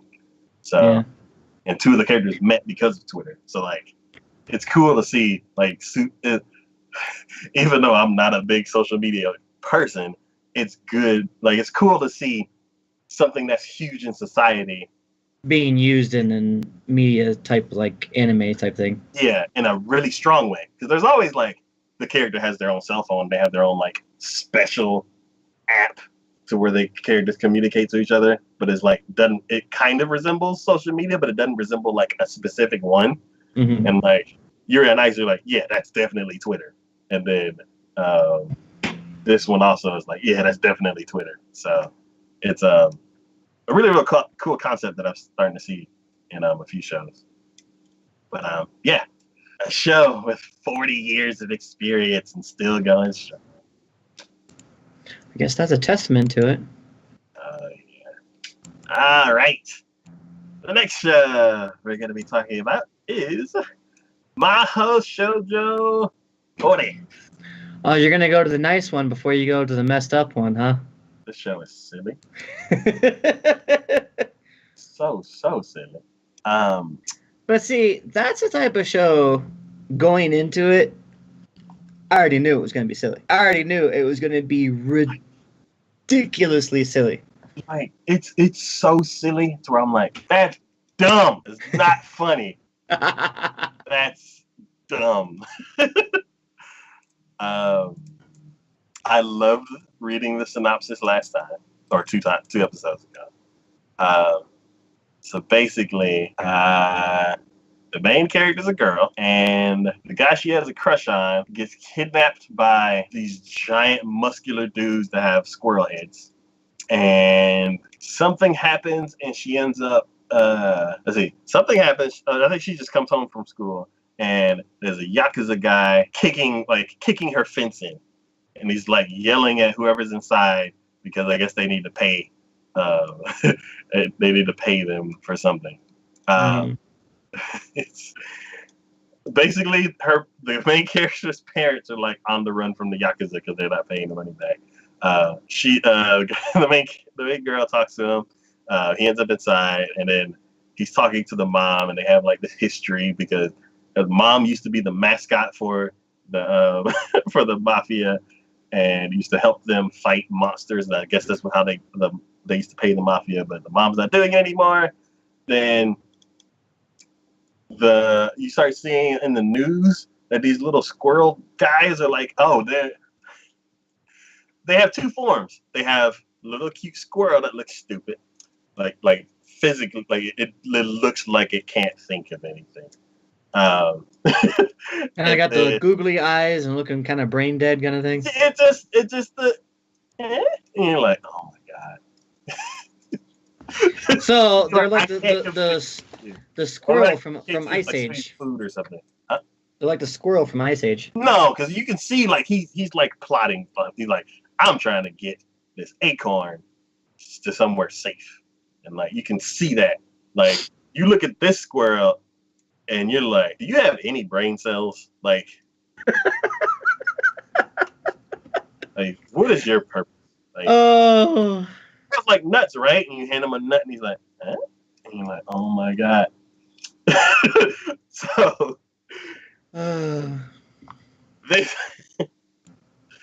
they have two forms.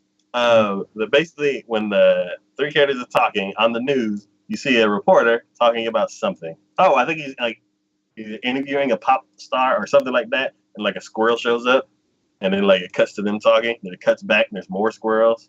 It cuts to them, and cuts back, and then there's like squirrels taking people away, and they're like, oh no! So then he convinces her. He tries to convince her to become a magical girl, but then she finds out that one of the people being carried away is the guy she has a crush with. She runs to the park where they are, tries to save them, and by then they've transformed into the big muscular dudes.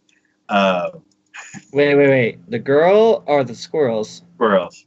So now there's like these big just walking towards this portal. And then she's like, no! And she tries to save him. It doesn't work. Then he convinces her to take the power of the magical girl. She's transforming into this big muscular guy. And do they explain why it has to be a big muscular guy? Yes. Why? Because little girls aren't strong and can't fight in a real battle. Oh my god. So they actually took a logical standpoint, even though it is just... Even though none of that would make sense in the first place, they're actually going to be logical with it. They're going to be logical about this a few things. So then she's like tries to fight him, gets a butt kick, and then she's like, I need a weapon. And he's like, here. And hands her like a pipe or something like, or like a gun. And she's like, no. Like, it's like, wait a minute. Things are going, like, what about a magical stick? So then he throws her a magical stick, and then she's like, hey. And nothing happens. And you're like, what are you doing? He's like, it's a magical stick. I'm trying to shoot magic. He's like, it's not magical. It's just a decorative stick. And he's like, well, what am I supposed to do with this? He's like, you beat the crap out of him. She starts bludgeoning the dudes. It gets like super dark, and I'm like, oh my god, what is this show? Oh crap! So then she rescues the guy that was getting captured, and he doesn't talk. Like the only time he talks is when he's singing. Like he's a weird character because he's like a pop star. So like, he's either singing with this like Adonis voice, or he's silent and like kind of timid. So she rescues him, and then he goes, and then like he's kind of like glaring at him, like, thank you for saving me. Like not saying anything, but you can see it in his eyes that he's just like, in love. And she's like, okay, go home. It's not safe here. And he kind of like timidly walks away, and he's turning around and be like, thank you. Takes a couple steps, thank you. Takes a couple steps, thank you. And I'm like, I get this is a Japanese joke. I don't get it, but I'm like, okay, so he's like really, really appreciative of being saved, and he also has a crush on the guy. So I'm like, okay. Her best friend, the main character's best friend, ends up having a crush on her. Wait, her as the her or her as the guy? Her as the her, but then because she sees that the main girl needs help, she also forms a pact with the Yakuza guy, and then she turns into a big muscular guy so she can help save the day. I'm not even sure. No, just no. I don't know. Just like, no. Let me guess. Are you going to continue following this one? It's too silly. It like, period. That's silly and funny. This show, I'm like, I'm like, okay, how are they going to solve this weird situation with their logic that they're doing now? And I'm like, they're like, oh, we're going to do this. And I'm like, that's stupid. I'm like, I get it. I get your joke, but that's stupid. So, oh, geez. Yeah, this show, no, I'm sorry. I can't. Mm-hmm. They gave me a couple laughs, but yeah, I'm sorry. Like, it's like every minute of this show, I have to stretch my disbelief like even farther. And it's like, okay, now we're going to a new location. Stretch. I'm like, okay, now there's some new enemies. Stretch. I'm like, okay, now there's a new bad guy. I'm sorry. Like, magical stick that doesn't have any magic. That's funny. You're giving her a gun. That makes sense because you're a Yakuza guy. Why is her mom not? I guess because she's old. And like, why does that matter if she changes into a big muscular man? Like, see, I knew from the get-go after that, like from the very start of that, I'm like, nope, not gonna do it. Not gonna do it. Nope. Yeah. If anybody wants nonsensical nonsense, this is the show for you. All right. On another note, the next show we're going to be talking about is oh boy, JoJo's Sight. I stepped away from the computer after watching the first episode and just like stunned disbelief. I was just like, I literally stopped, took off my headphones, and just went, what the hell did I just watch? Holy crap. I even told someone I know, I was like, I have watched some dark things in my life. I have seen some messed up things. That was damn near close to the top of the list, just from the first episode. Yeah. That is literally a hard pill to swallow. Yeah. And I haven't watched it yet. I keep meaning to watch When They Cry, but I'm not even sure because you've watched that, right? Which one did you think is darker? Just out of curiosity. Well, one's like a horror thriller, and then the other one is just like messed up. depressing. Like, just I mean, the amount of things in that just I know they're wanting to paint that girl's life in the worst possible picture, but I think they just went. They did it in the first 5 minutes. Yeah, they went way overboard. It went way overboard. Like, okay, so as far as like the structure of a show, there was one show that I love called Kotora, where they built up a very sad childhood for a character, where not through any fault of her own, it was because her parents didn't explain it well, that she had a power where she could hear people's thoughts. Mm-hmm. And whenever she would speak up, things would turn for the worst.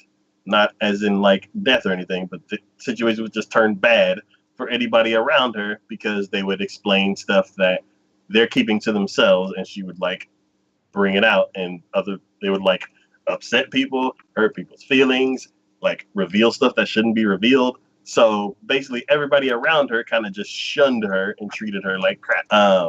There's another show, Erased, where a character has a terrible, terrible home life. Natsume is another one. Yeah. He has, just because he can see monsters, and people either don't believe him or they think he's weird as a little kid or he's making stuff up. But there are literally monsters in front of him that he doesn't know anything about, can't do anything for. But being as a kid, he's scared of it, and then people mistreat him because of it. Yeah, and then even Magus's Bride. Like, yeah. You can see, yeah, it's the way that all of those shows have been carried out. There's been like reasons behind it. Like this show, the dark-haired character from the picture, everybody around her is either under some kind of spell or they are just total garbage people. It's like at school, everybody in her class just bullies her with everything imaginable. It's doesn't give a crap. No, it's not even that everyone's under a spell. They're literally they're literally putting the worst of the worst in this show. The absolute worst. There's only 3 girls that are picking on her from the very beginning, but everyone else knows this and sees this and doesn't do anything about it. Yeah, they just turn a blind eye. Yeah. And it's like they could be disrupting the class, messing with her, and then the teacher would be like, "Are y'all done?" She's like, "I need to finish my class." She goes home, and like her parents completely ignore her, and and her brother is just garbage as well. They just dote on the brother, and he's like, "Oh, I've done this, and I'll be on the top of the class for this, and then thank you, father," and all that kind of stuff. And then as soon as the parents leave, his hands just wrap around her neck and choke her out, and he has like belt and all this kind of just beat the hell out of her, punching her in the stomach hard enough to make her throw up. This was unnecessary for her home life, school life, her entire life to be this bad. Like it's like they thought of everything bad that they've seen a main character go through across tons and tons of anime and put everything negative into this character. Yeah. It was like her only like thing that she could look forward to is like this stray cat that she found. As soon as she walked up to the cat, I'm like, oh, let me guess. Somebody's gonna find it. And the worst possible way too. And I knew from the beginning it was gonna be bad from the start because she almost tried to kill herself in the very beginning. Yeah. So remember, she almost tipped herself into that train as it was coming. Yeah. I was just like... And like, you can see it on her face. Like, as soon as they introduce her, you're like, oh my God, are you okay? Yeah, no, I completely agree about that. It just And it and I'm like, I thought it was because of from the synopsis. It was like, welcome to this world with like super demented killing machine cute magical girls. And I'm like, she must have just got out of a battle and she finally is like somewhere somewhat safe.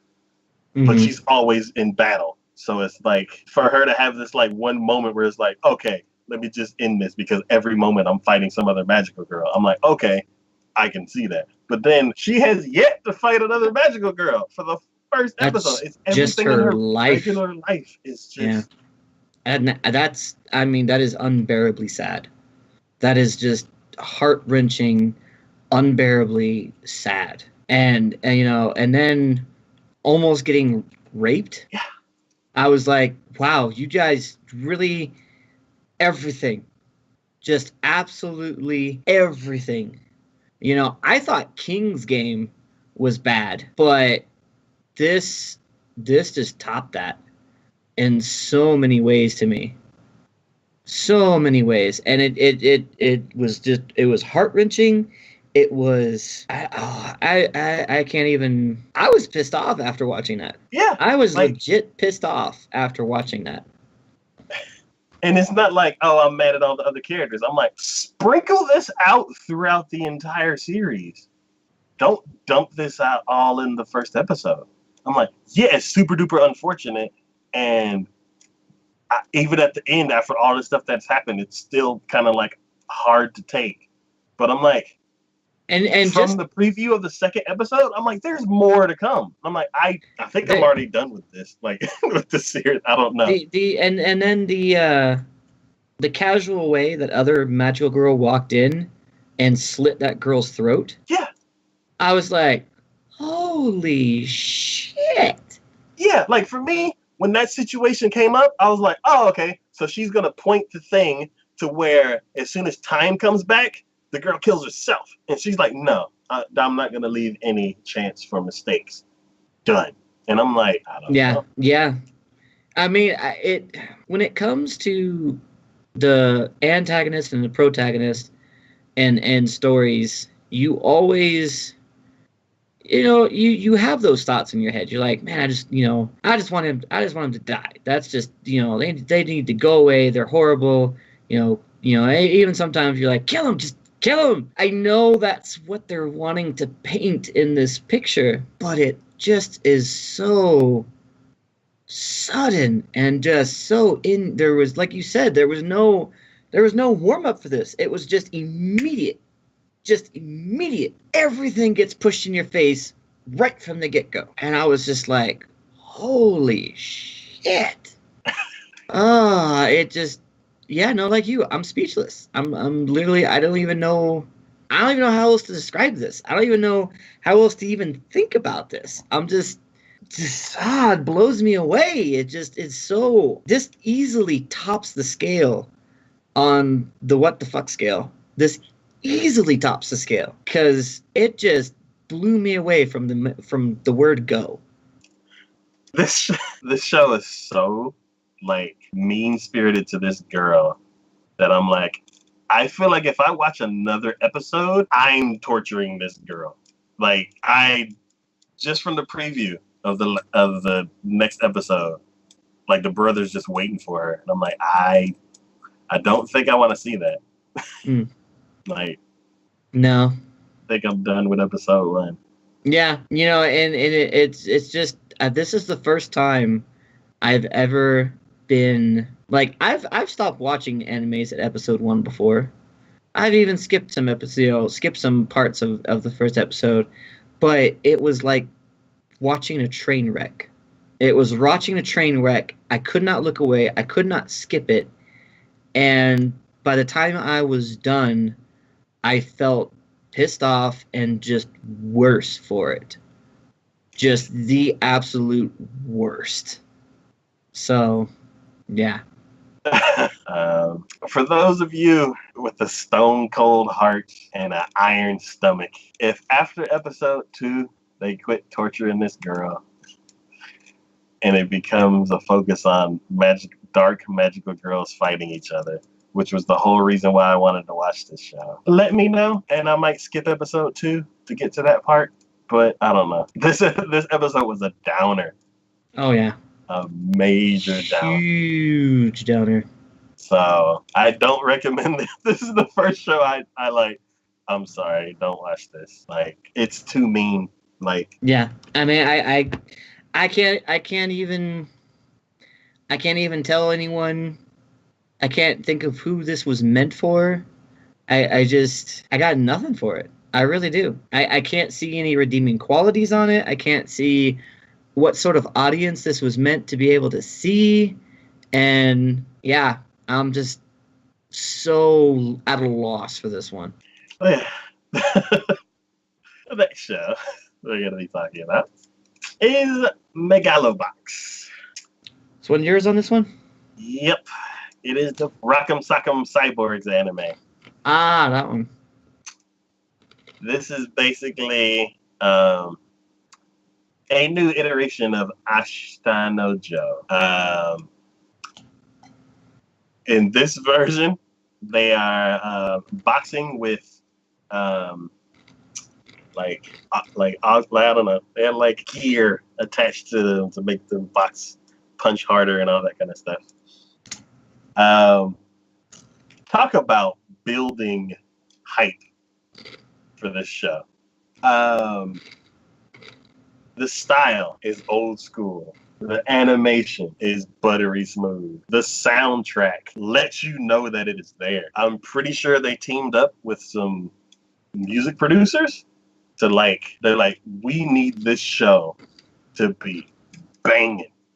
When the hype for this anime goes up, we want to crank the music. So it is amazing. Like, for certain sports shows, I get hyped because I like the whole we can do it kind of thing. This show is like a slow build of hype. Basically, the main character is basically the way this society works is kind of like the haves and have-nots. Mm-hmm. There are people who live in this city and the people who live on the outskirts. Main character is one of these guys who lives on the outskirts.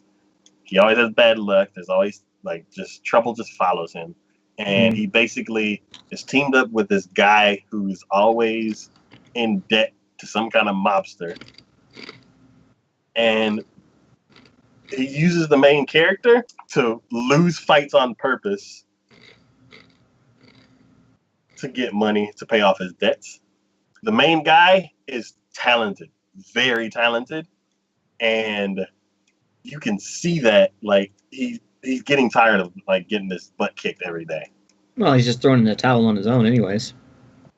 Yeah, but he's it's one of the things where it's like every couple days you get just constantly getting punched in the face, and then you get your little bit of money. And he's like, if I would have won that match, I would have gotten more money. So it's like, why am I throwing matches and not winning? And he's like, he talks to the guy. He's like, I'm tired of losing matches. Let me fight for once. And he's like, oh no, you'll get your chance next time. This time we got this and we got that and we got plans.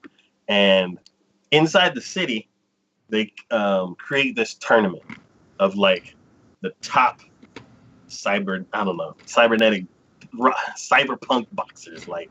There's this huge tournament where you win a large sum of money, and the main guy sees that and he's like, you know what, I'm thinking about trying for this one thing. And the guy's like, you're not even a full-fledged, you're not even a citizen. You can't do that. Come on, let's you got your boxing match in a couple minutes. Let's make some real money. And after that fight, he rides. He just goes on a ride, and it's raining. It's dark, and all of a sudden, there's a woman in the road. He swerves, falls off his bike, and everything. And the woman is actually the person who is in charge of the company that's holding the tournament. Mm-hmm. Her and her her contender, her $1 billion boxer kind of guy. He steps out of the car and The guy recognizes him, and then he's like, she offers to like pay for his bike and pay for like injuries, all that kind of stuff. But he's like, I don't need your money. Then the guy comes out and he looks at him, and they're about to start boxing, but she like calls him away. She's like, no, stop, we gotta go. And then he like turns around, and then the guy's like, oh, she got you trained well. And then he like stops, but then continues going because he can keep his cool. He's a pro. Mm. When he gets back home, the other guy calls him for another fight, and he's like, we got a big fight this time. And he's like, I am tired of losing. He's like, no, whatever. So then he gets in the ring. Somebody with this hood walks in, and it's the cybernetic guy. And he gets excited. The match starts. The guy, like, he kind of touches the guy out, like boxes with him. And he's like, you know what? I'm going to make this easier for you. I'm just going to box with my left hand. Pisses the main guy off. The main guy pushes him far enough to where he has to block with his other hand. Then he starts talking more junk. And the guy's like, all right, I'm going to go at you for real.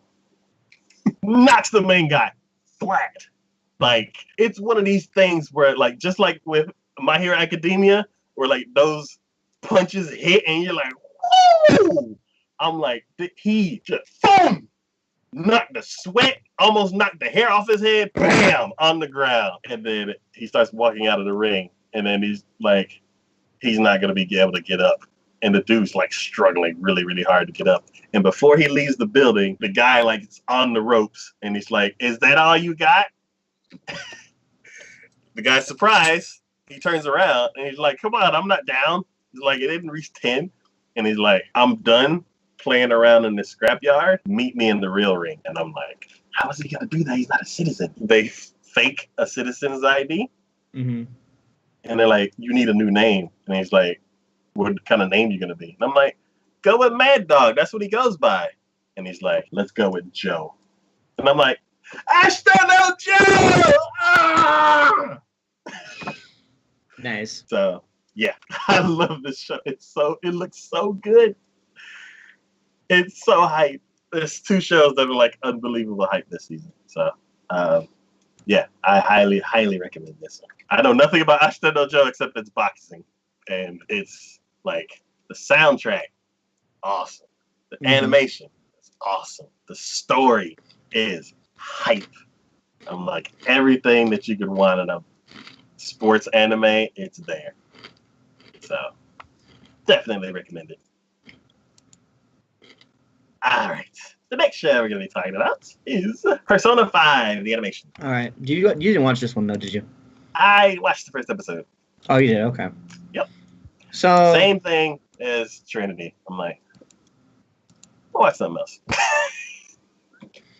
I will say, like, the first episode, I had a hard time. I think it's because they threw a lot at you right from the get-go. Like, I couldn't tell, like, a what day was what. huge amount of information and everything that came at you right from the start. And it kind of lost me for a little bit. But I gave it at least one more episode, and then one ended up being 2 more episodes. And I kind of... It's interesting.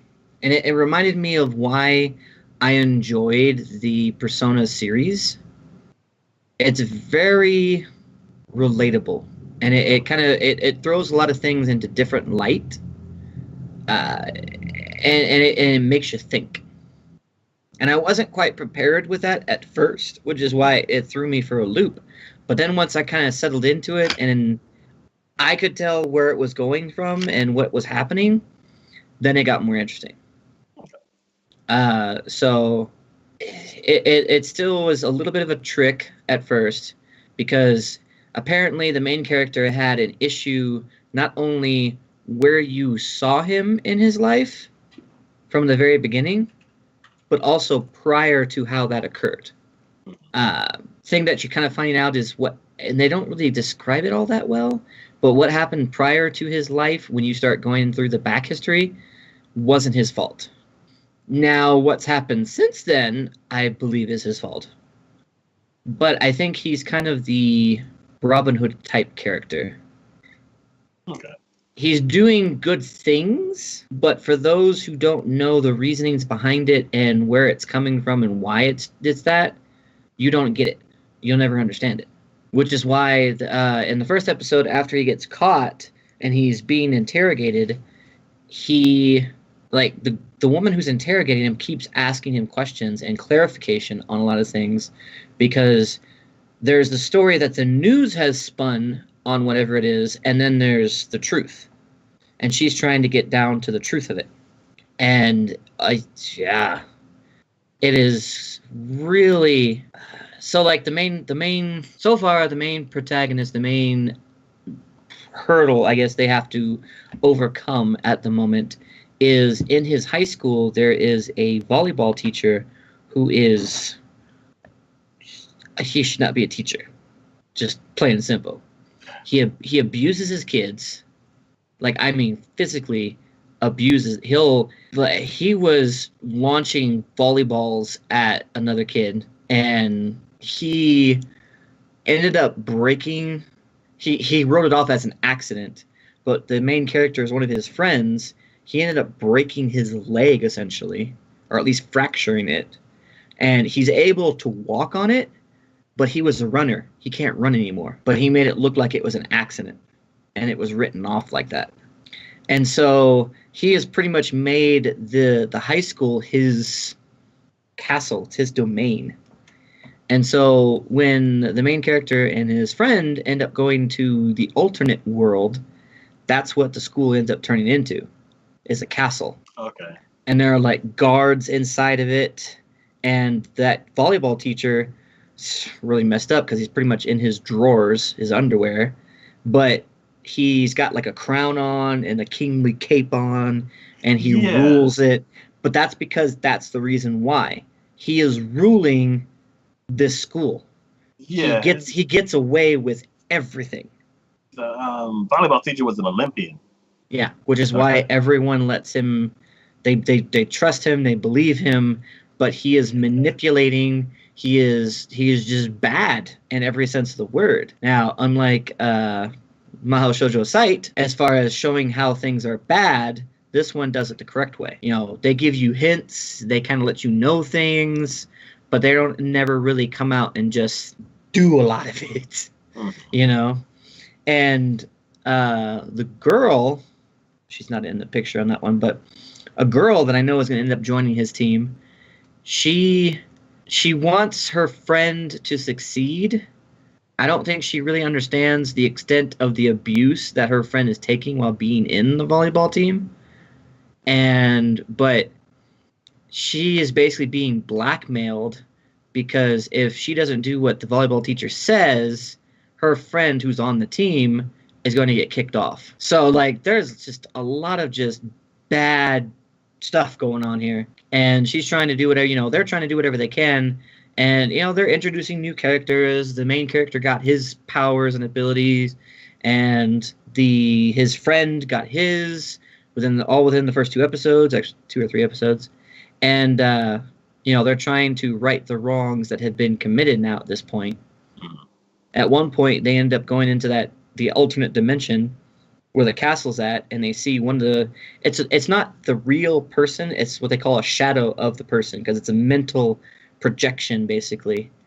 And you see the person hanging upside down with just like their pants on, that's it, and they're getting like this machine is just pegging them in the chest and stomach area with volleyballs over and over and over again. And that's just the mental projection of what is going on, the abuse that these kids are handling or taking because of this. So I imagine things are going to escalate further. I imagine there's a reason why he was in that casino and what they were taking at that time, and we'll eventually get up to that point and understand that.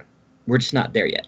So there's a lot of mental behind-the-scenes things, a lot of things you got to think about and understand and infer and go along with.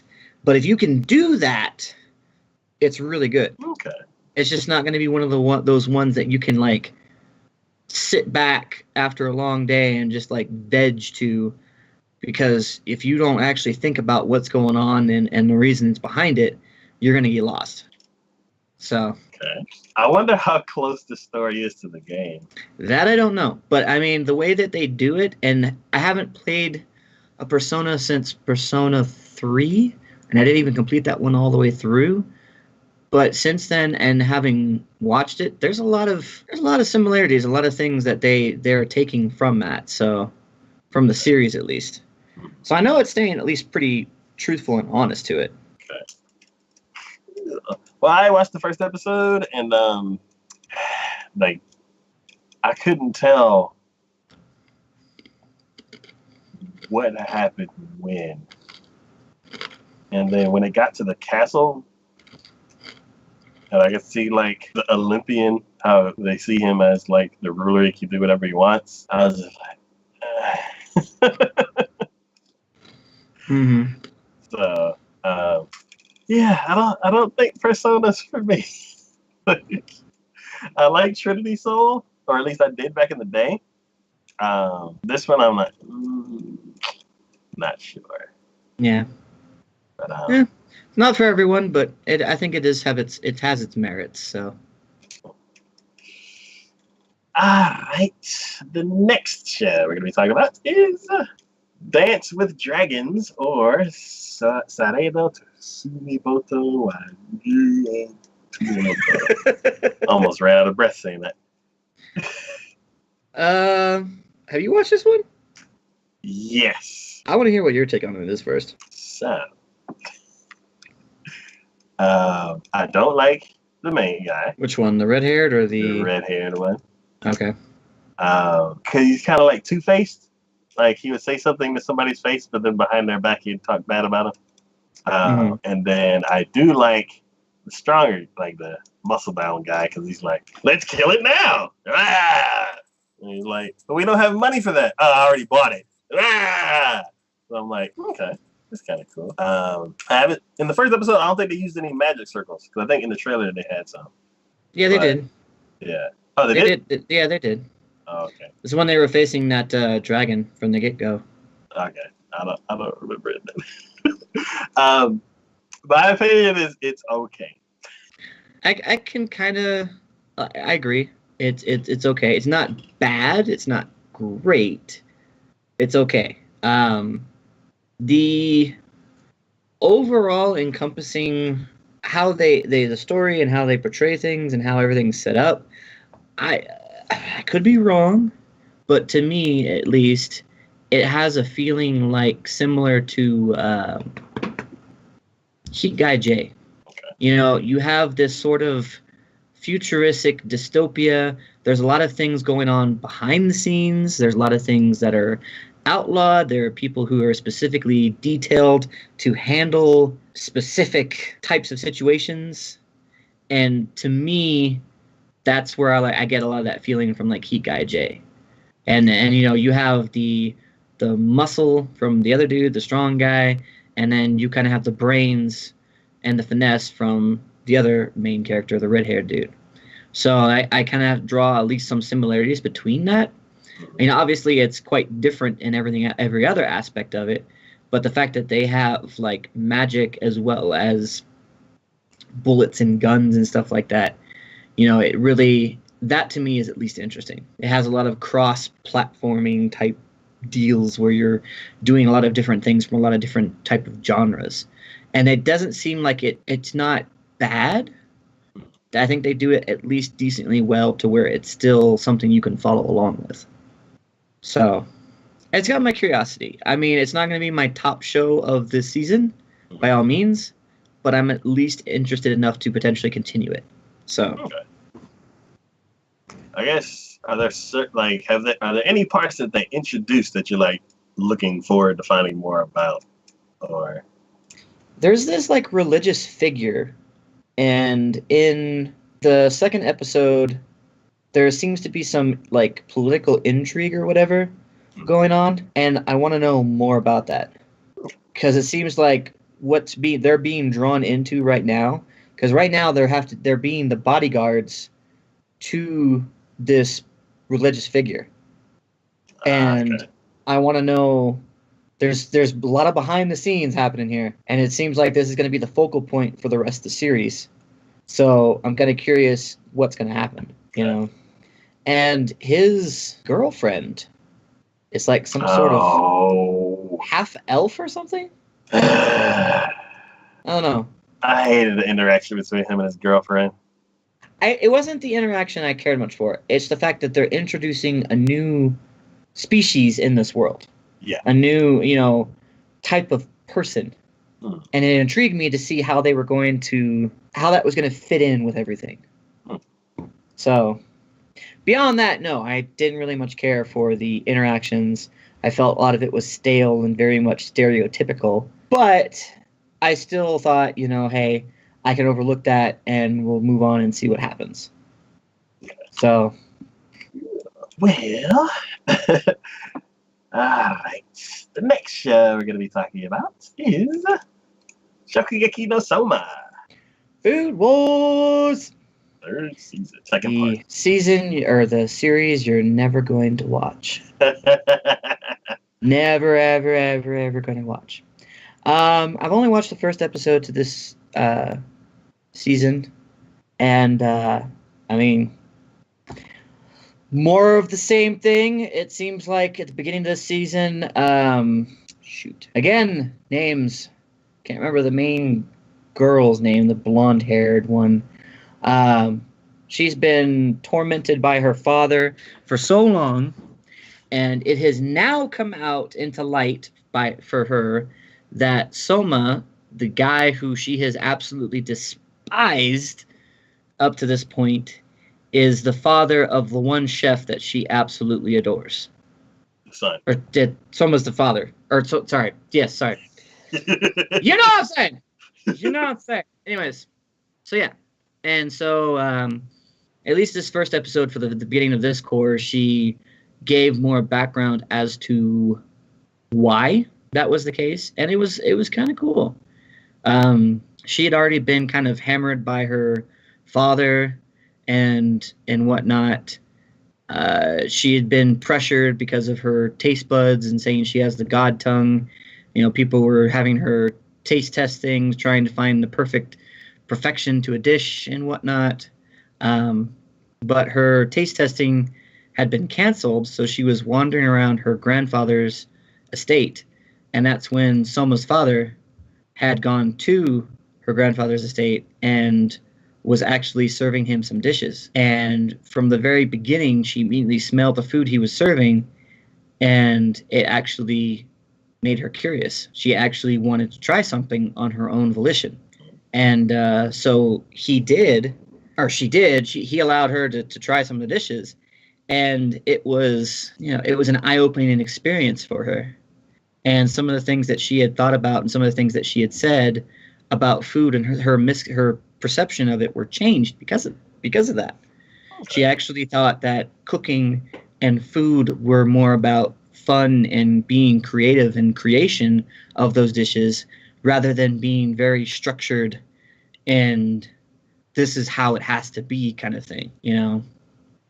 He originally, before she did that, Soma created a dish for her because in the very beginning when they first met, she asked him to create an egg dish for her, and even though she liked it, she wasn't exactly like blown away by it, so she said it was disgusting. And he had said that I'm going to get you to tell me that one of my dishes is delicious. I will get you to tell me that. And before all that background came up, he sat her down because she wanted to talk to him about the fact of who his father was. And he made a dish, but he made another egg dish. And how he had done it was he actually froze the egg, and he hard-boiled it just enough to get it to where it was, he hard-boiled it just enough to where get it to where the actual outside was solid, and then he froze it. So he peeled it, froze it, and then he basically deep fried it. But because he froze it, all the yolk inside of it congealed and concentrated, and then when he deep fried it, it still retained its shape, but it had a nice flaky crust, and the insides actually became all liquid. So it concentrated the flavor. I mean, there was things that go on with that, and it concentrated the flavor. And she was impressed that he had found, because he used subpar quality eggs. They weren't the highest grade from the best bird or whatever. He literally used subpar grade eggs. And she's like, why? She's like, well, because if you use something too high grade, it would completely overwhelm everything. It wouldn't be a nice, smooth, rich flavor. It would have become too much, because this is already concentrating it and making it stronger than it was originally. You do anything more than that, it's going to become too much. And, that's when she's like, "Why? How did you think about that?" And, he ends up saying something very similar to what his dad said when they were first talking about you gotta be creative and think outside the box, basically, and you're cooking. And that's when she finally decides that she's going to basically muster up the courage and bring the fight to her father about food that they were cooking. So, again, I know not a whole lot from your perspective, and what, because this is like the third season, second core now at this point, but it's well, the way they do things in the cooking and the way they explain things. I don't know how much of it is truthful or not, how much of it is actually what could happen, but it's still interesting to me. It's interesting to watch, and just like all the rest of them, just like Black Clover, just like My Hero Academia, here is another story of an underdog that nobody thinks can do anything because he's at this prestigious school where the top grade chefs of the world are supposed to come from, and his only background is working at a family restaurant. That's it. But he is always willing to push himself that much further, always willing to make the effort and learn something new and adapt and make things better. So, I like checking in with this show to see when she's gonna find out that they're related. So that was cool. Okay, so my question was, what is the age difference between Soma and the girl? I mean, not Soma. Yeah, Soma's the guy. Yeah. Oh. Yeah. What is Soma? The age difference, I'd say they're pretty close to age, honestly. They're maybe a few years apart from each other. Okay, so then the dad would never, because What? He's the same age as his son. So. Oh, wait. No, you're talking about the father? No, father's way older than the son. Well, yeah. Well, I was know the age difference between all three of them. Oh, okay. Is that even possible? No. Yeah. Soma's dad would never. He's too focused on his own thing. Yeah. I mean, he's basically traveling the world right now while his son is in this prestigious school. So yeah, he only kind of drops by every now and then, so make an appearance. But, yeah, that's good. I like hearing the food facts and the cool concepts about food. But hey, I was quite impressed. I don't know if you've ever watched it, but if you haven't, you should. And anyone out there else who ever watching should. The React channel on YouTube actually did an episode, because Crunchyroll sponsored them. Actually did an episode where it was a try not to eat challenge, and they recreated dishes from Food Wars for people to try. Or they show them the episode where the food came from, and then they'd actually put the real life dish in front of them that was the exact copy of that dish, and would go, now you're gonna eat it because it's a try not to eat challenge. You just saw what it looked like on the anime. Here it is in front of your face. What are you gonna do? So that tells me, though, that there is a really good chance that a lot of these dishes and a lot of these foods, this is real food. Okay. This is things people can actually make and do. So. Cool. All right. Well, the next show we're gonna be talking about is Steins Gate Zero. This is the one Deadly Horror was talking about, and this is all you. Yeah. So how's this one going for you? So basically, my original thought was, I think it's correct. It takes place after the end of Steins Gate, but before the very end. Mm-hmm. Because basically, in the original series, everything ends and you're like, crap, that sucks. And then at the credits roll, and then all of a sudden it's like, I've come from the future, blah, blah, blah. Let's do something different. And they do something different and it ends a different way. Mm-hmm.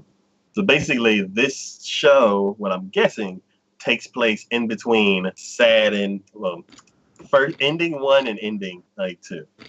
Mm-hmm. So basically, there's like a time skip that happens. And this show is basically everything that happens there. It jumps, but it explains what happens leading up to when that other person comes back and does stuff. So they explained it in the original series, and now they're just using this as a way of stretching it out and giving you more details? Yes, imagine this is Rogue One. It's like in Star Wars Episode 4, they're like, oh, the plans for the Death Star, some these rebels stole it, and we have it, and now we can just take down the Death Star. This show is basically, oh, ending 1 happened, and then a couple minutes later, ending 2 starts, and the reason why ending 2 is possible because all the stuff you're about to see. Yeah, all the stuff that you're about to see. So I like that. I like it. I love Rogue One. And I'm like, hey, they're doing a Rogue One. So this is a really good show, and I feel like you should watch it. One thing that I want to look into more about this series is there are a few shows that are kind of connected in the same universe somewhat. Mm-hmm. There's Steins Gate, which is Steins semicolon Gate. Then there is Chaos Head, which is Chaos semicolon Head. And then there's a third show, which is Word semicolon Other Word. And they're somehow linked in a way. Mm-hmm. I'm not sure exactly how, but I'm kind of curious to know because I just recently watched Chaos Head probably a few months ago. And then I watched all of Steins Gate, and I'm watching the new one. And I don't see a link between the two. So I'm kind of curious if the third one kind of links everything together. But it's possible, and it could be not till the very end until they reveal that. Yeah. So yeah, basically, things in the first series, things did not go exactly to plan. Mm-hmm. So they spent 10 years trying to correct it, or at least 10 years to give themselves another chance. Mm-hmm. And right now, the main guy, which is in front, he is very much traumatized by everything that happened. Mm-hmm. And it seems like everybody else is carrying along. They're just kind of moving on from what happened. And the main guy is like going to therapy, and he's also like growing up, basically. He's not the mad scientist that's trying to take down the organization because everything that happened from that kind of like almost wrecked everyone's lives. And I don't know, it's kind of weird like seeing him like be a normal person instead of like the crazy, somewhat delusional guy who's like a mad scientist. It's cool seeing all the other characters again.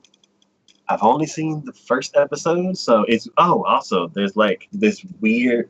It's weird. Like there's a certain character that basically they're not in the correct time, Mm-hmm.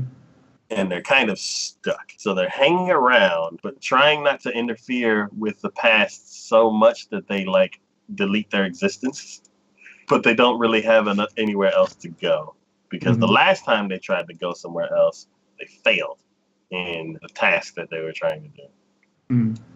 So it's like I kind of feel sorry for her that she's like stuck, but it's cool that she's like, I'm trying not to interfere too much, but then I'm also trying to give you hints to make sure that things go the way that they're supposed to. But then I'm also hiding from I'm hiding from half of everybody. So like, they have this apartment, which is the lab, and they have friends that come over, and they meet new people.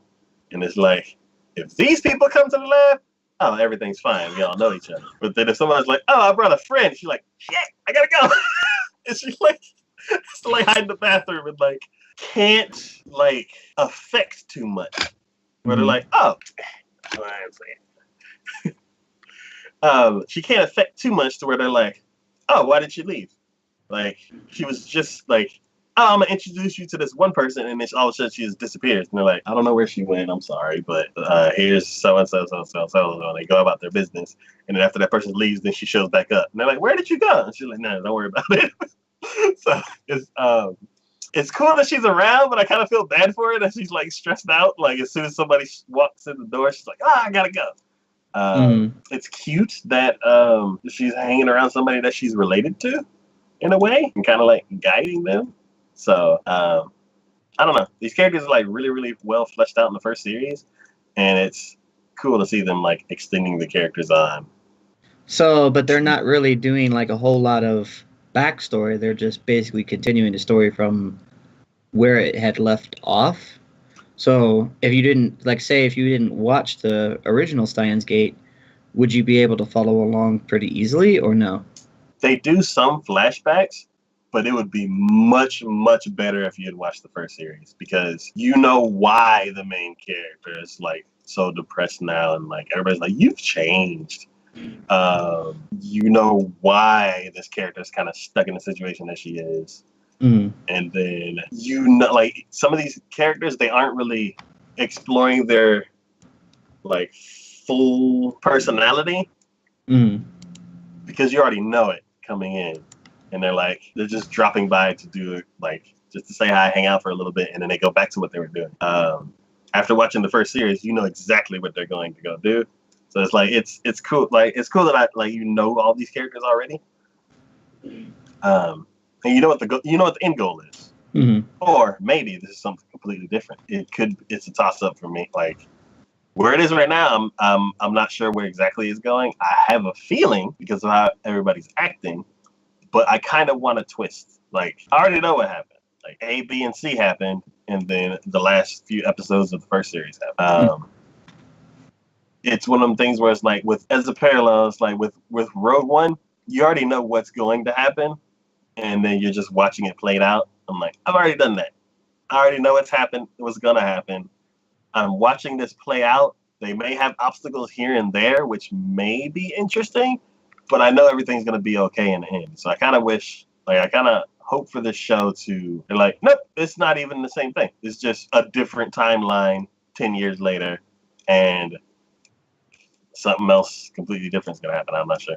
Well, that is the way with time traveling in general, whether it's anime, video game, TV, movie, whatever, any media, it's always going to be up in the air exactly how things are going to pan out regardless. So I do like that you hear about a character in the first series that you're like, well, how did this happen? And then in this new series, they show up and they're like, oh yeah, we met her so-and-so. You're like, oh, it's her! So, yeah, it's cool. Yeah. So, I recommend watching the first series because it's really good characters. It's an old school show that's a slow build for an amazing story. And this is just icing on the top of a great cake. All right.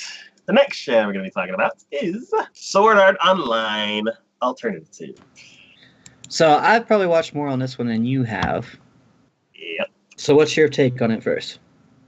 I haven't watched any Sword Art Online for a long time. And I feel like this is completely separate, and I like it. They do at one point... yeah. They do at one point make reference to main character from the other one. But only because that's the reason why they're doing the squad jam. Okay. So that's the only reason why they do. I really enjoy this. I really enjoy this series. I really enjoy the characters. I think the main character, both online and offline, is great. She has such a personality, both online and offline. You know, she's a huge person offline, and she has a complex about that. She wanted to try to make her life better or just try to have fun. And she heard about the whole VR type games, and she had a friend who is huge into VR games, so she asked for recommendations. And the funniest thing was watching her try so many different games, because every time she did, she was a huge character, and she would freak out because of that. Like, her complex would go into like hyper mode, and her heart rate would pick up. And because of the security that has now been implemented into these things, because of everything that happened from the previous Sword Art, the minute your heart rate picks up, you immediately get kicked off. Oh, because it's like a safety feature. Yeah, it's a safety feature. Okay. So every time she's entering all these different games, her heart rate would pick up because she sees herself as a huge character, and she'd immediately get kicked off. So, but she wanted to be a small character. She wanted to be cute, adorable, everything she wanted to see in herself. So, yeah, RNG character creation. No, I definitely, yeah, that's all what it was. And so when she finally enters Gun Gale, that's the first time she actually has a short, cute, adorable character. So that's the whole reason why she entered it. And even though she's short, cute, and adorable, she is playing a game about killing people with guns and such, which is just like complete 180 from that anyways. But she plays it anyways. She enjoys it. And it's kind of fun. It's fun watching her, and it's fun watching her play, because she gets into it, but she doesn't quite want to admit that she gets into it. And she's always trying to be that adorable little character, but she'll occasionally get like, really into what she's doing and killing the people. I don't think they really haven't explained, at least to what I can recollect, how she is as fast as she is, because even all the people that are in there are just like amazed at how quick she is. Her agility stats are like huge, which is the only explanation I think they've really given to it. But still, she chose the color pink of because she wanted to be more cute than she even was, and it ended up working for her, because when she was out and about, originally she was just monster hunting, and then she ends up being in a PvP zone, and had people coming up to her. She freaked out, but because of the desert area that she was in, she actually blended in to the background, and then she started to become known as the something devil, I want to say, because she started getting into PvP. She started liking it because she was actually good at it, and she could surprise people. And no, it's great. I love the dynamics of it, the characters, the main character, the female that she kind of teams up with and works with, and then this guy that she's with, Pink Devil. Thank you, Deadly Hara. She's the Pink Devil. But the dynamics are great. They of course left the last episode 4 that I'm currently caught up with, at a cliffhanger moment, which is just like, damn it. They didn't really do that for the other ones, so I don't think that's going to be like a continuing trend for them. But that last episode, they were doing so well too, which just infuriates me to no end. And then something critical happened. I was like, oh no, don't do that. Main character, though, is great. The guy that you see that she's on the shoulders of is great. And they go more into detail with this stuff, too, because in the first Sword Art, they talked about the gun lines when they were in the Gun Gale game. They talked about, like, when you put your finger on the trigger and you start to aim, there's, like, an auto-aim that the system does for you. But whenever you do that, you'll see these trails from the gun coming out, so people can actually like dodge your bullets because they'll see where the shot's coming from. But they did make reference to the fact that if somebody who's actually trained and knows how to fire a gun in real life came in and started playing it, there's a possibility, especially if they're doing long shots, they won't need that. They'll be targeting using a scope and they won't put their finger to pull the trigger until they're ready to fire right at that exact second. Like those guys from the first episode? Yeah. Okay. But see, they were using short to mid-range, not necessarily long range. If you do it long range, you use your scope as a sighting instead of using the game to auto help you with that. And so those bullet trails will never show up. Okay. So no one knows until all of a sudden they get shot that was the case. So it's kind of cool in that regard. So it's like, I think the best things in as far as media goes in both, for like Food Wars and for this game is they're taking aspects of real life. And even though this is just completely out of this world, because I mean, we're in a VR game kind of like going on with this, which is way more advanced than any VR than we have at this moment. It is still things about it that they're throwing in there make sense, and it adds more to the belief and it draws you in because of that. So no, I think this is a great side story. It has very loosely anything to do with the original. Basically it's its own, and maybe at some point she'll meet up with the main character from the original one. I mean, it's always a possibility. Never know. So, but either way, I like it. I think it's great. So I think I probably won't come back to this one until I rewatch the first one and then watch the second one and then do this one, because it's been a long time since I watched Sword Art Online and I miss it. So it's a great series. Yeah. I like the first episode. I would definitely high on my rewatch. High on my backlog. Right. Dele sentí more awesome. Yeah. Man, I haven't seen her since a long time. When did the first one come out? Like 2009? It was a while ago. Yeah, it's been a long time. Alright. So the next show and the last show we're gonna be talking about is Uma Musume Pretty Derby. Yep, this one's all you there, buddy. Yeah. So I went into this one angry at the shoes. And I came out like, this is a good show. It's animated by PA Works, so the animation is gorgeous. It's not one of their most gorgeous shows, but all of their shows are like a slight cut above most because of how good they make the show look. I have watched these like Monster Girl type animes. But when I first heard about this one and we discussed it, I was like, no. I just know. Why? Because they're barely horses. It's like, why does it even have to do anything with it then? If you're not even gonna go like anything with it, then why?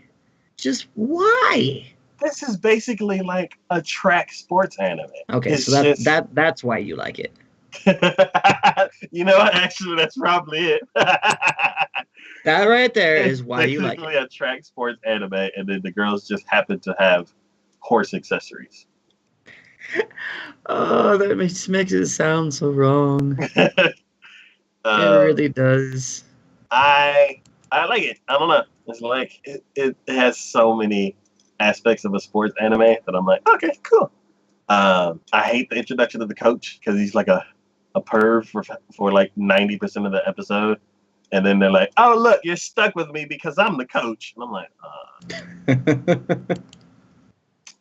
But yeah, it's interesting.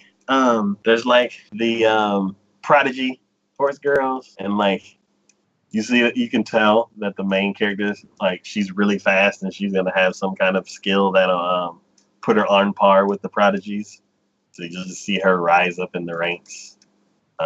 It's there. I don't know. It's like, it looks really good. Mm-hmm. Yeah, I don't think it's like. I'm just like, no. I'm just like, no, it's just not for me. I can't think of anything to pull you into it. Nah. I mean, I might go so far as to watch that boxing one, because I usually don't watch sports animes. This is not my thing. I might go as far as to watch the boxing one, but this one, no, just no. I can't force myself. So, if you're into sports anime, if you like cute girls running around in a circle, like cute girls with accessories and animal accessories, and if you like beautiful PA Works animation, you'll be interested in this show. But yeah, that's all I got to say on that one. But yeah, that has been our probably 20 shows. I can't remember. I haven't counted for the spring season of 2018. Yeah, I'm with you, Deadly Haru. It's just not for me. Yeah, there's I don't know. This season is like freaking roller coaster.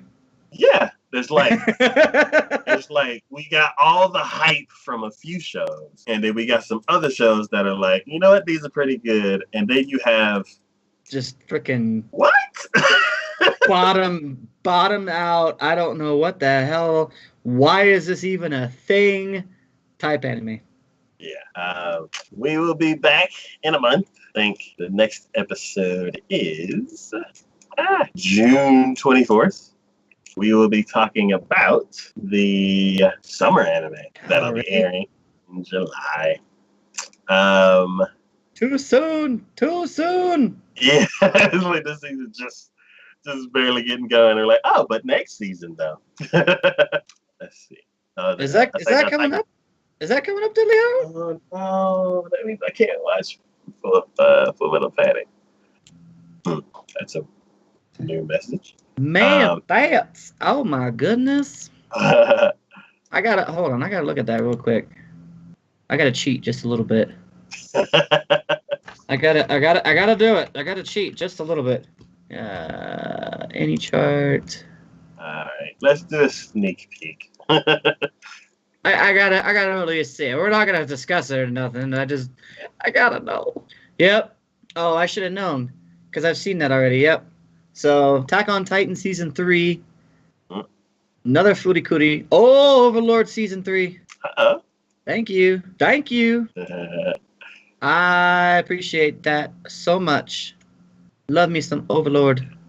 Yeah, I'm done. I am back.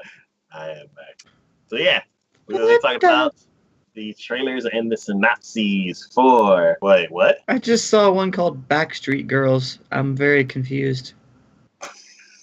I was very confused. It's an idol group. Just real quick. Just take a look at the actual thing. Take a look at the picture that they have for it. Just take a look at that. All right. just look at. You don't even read the synopsis. I'm just looking at the picture, seeing if I know or recognize things. You came across it, didn't you? So it looks like another Yakuza sponsoring an idol show. I don't. I hope they have a trailer because I'm interested now. I am not. Not even a little. What the hell? All right. So, yeah. We'll be back in a month to talk about. Is that? Oh, it's similar to that one, Deadly Haru. Just from the picture, I'm like, wait a minute. But yeah. So we will be back in a month. Oh, it is. Oh. I'm sorry. I had to. I actually read the synopsis. No more. Save this for next episode. Yeah, Deadly Haru. There are some things in animes I really question. That's one of them.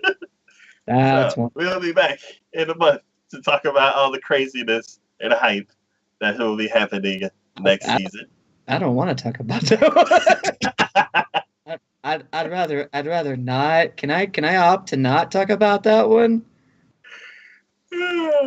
As always, this is Big D from Takoyaki Anime. Wait, no.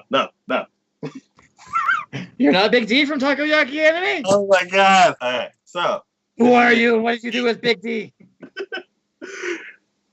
This is a Big D is Shade for Takoyaki Anime. We will be back in a month to talk about the trailers and the synopses for the summer season of 2018. Except for that last And one. we will be back next time. Bye.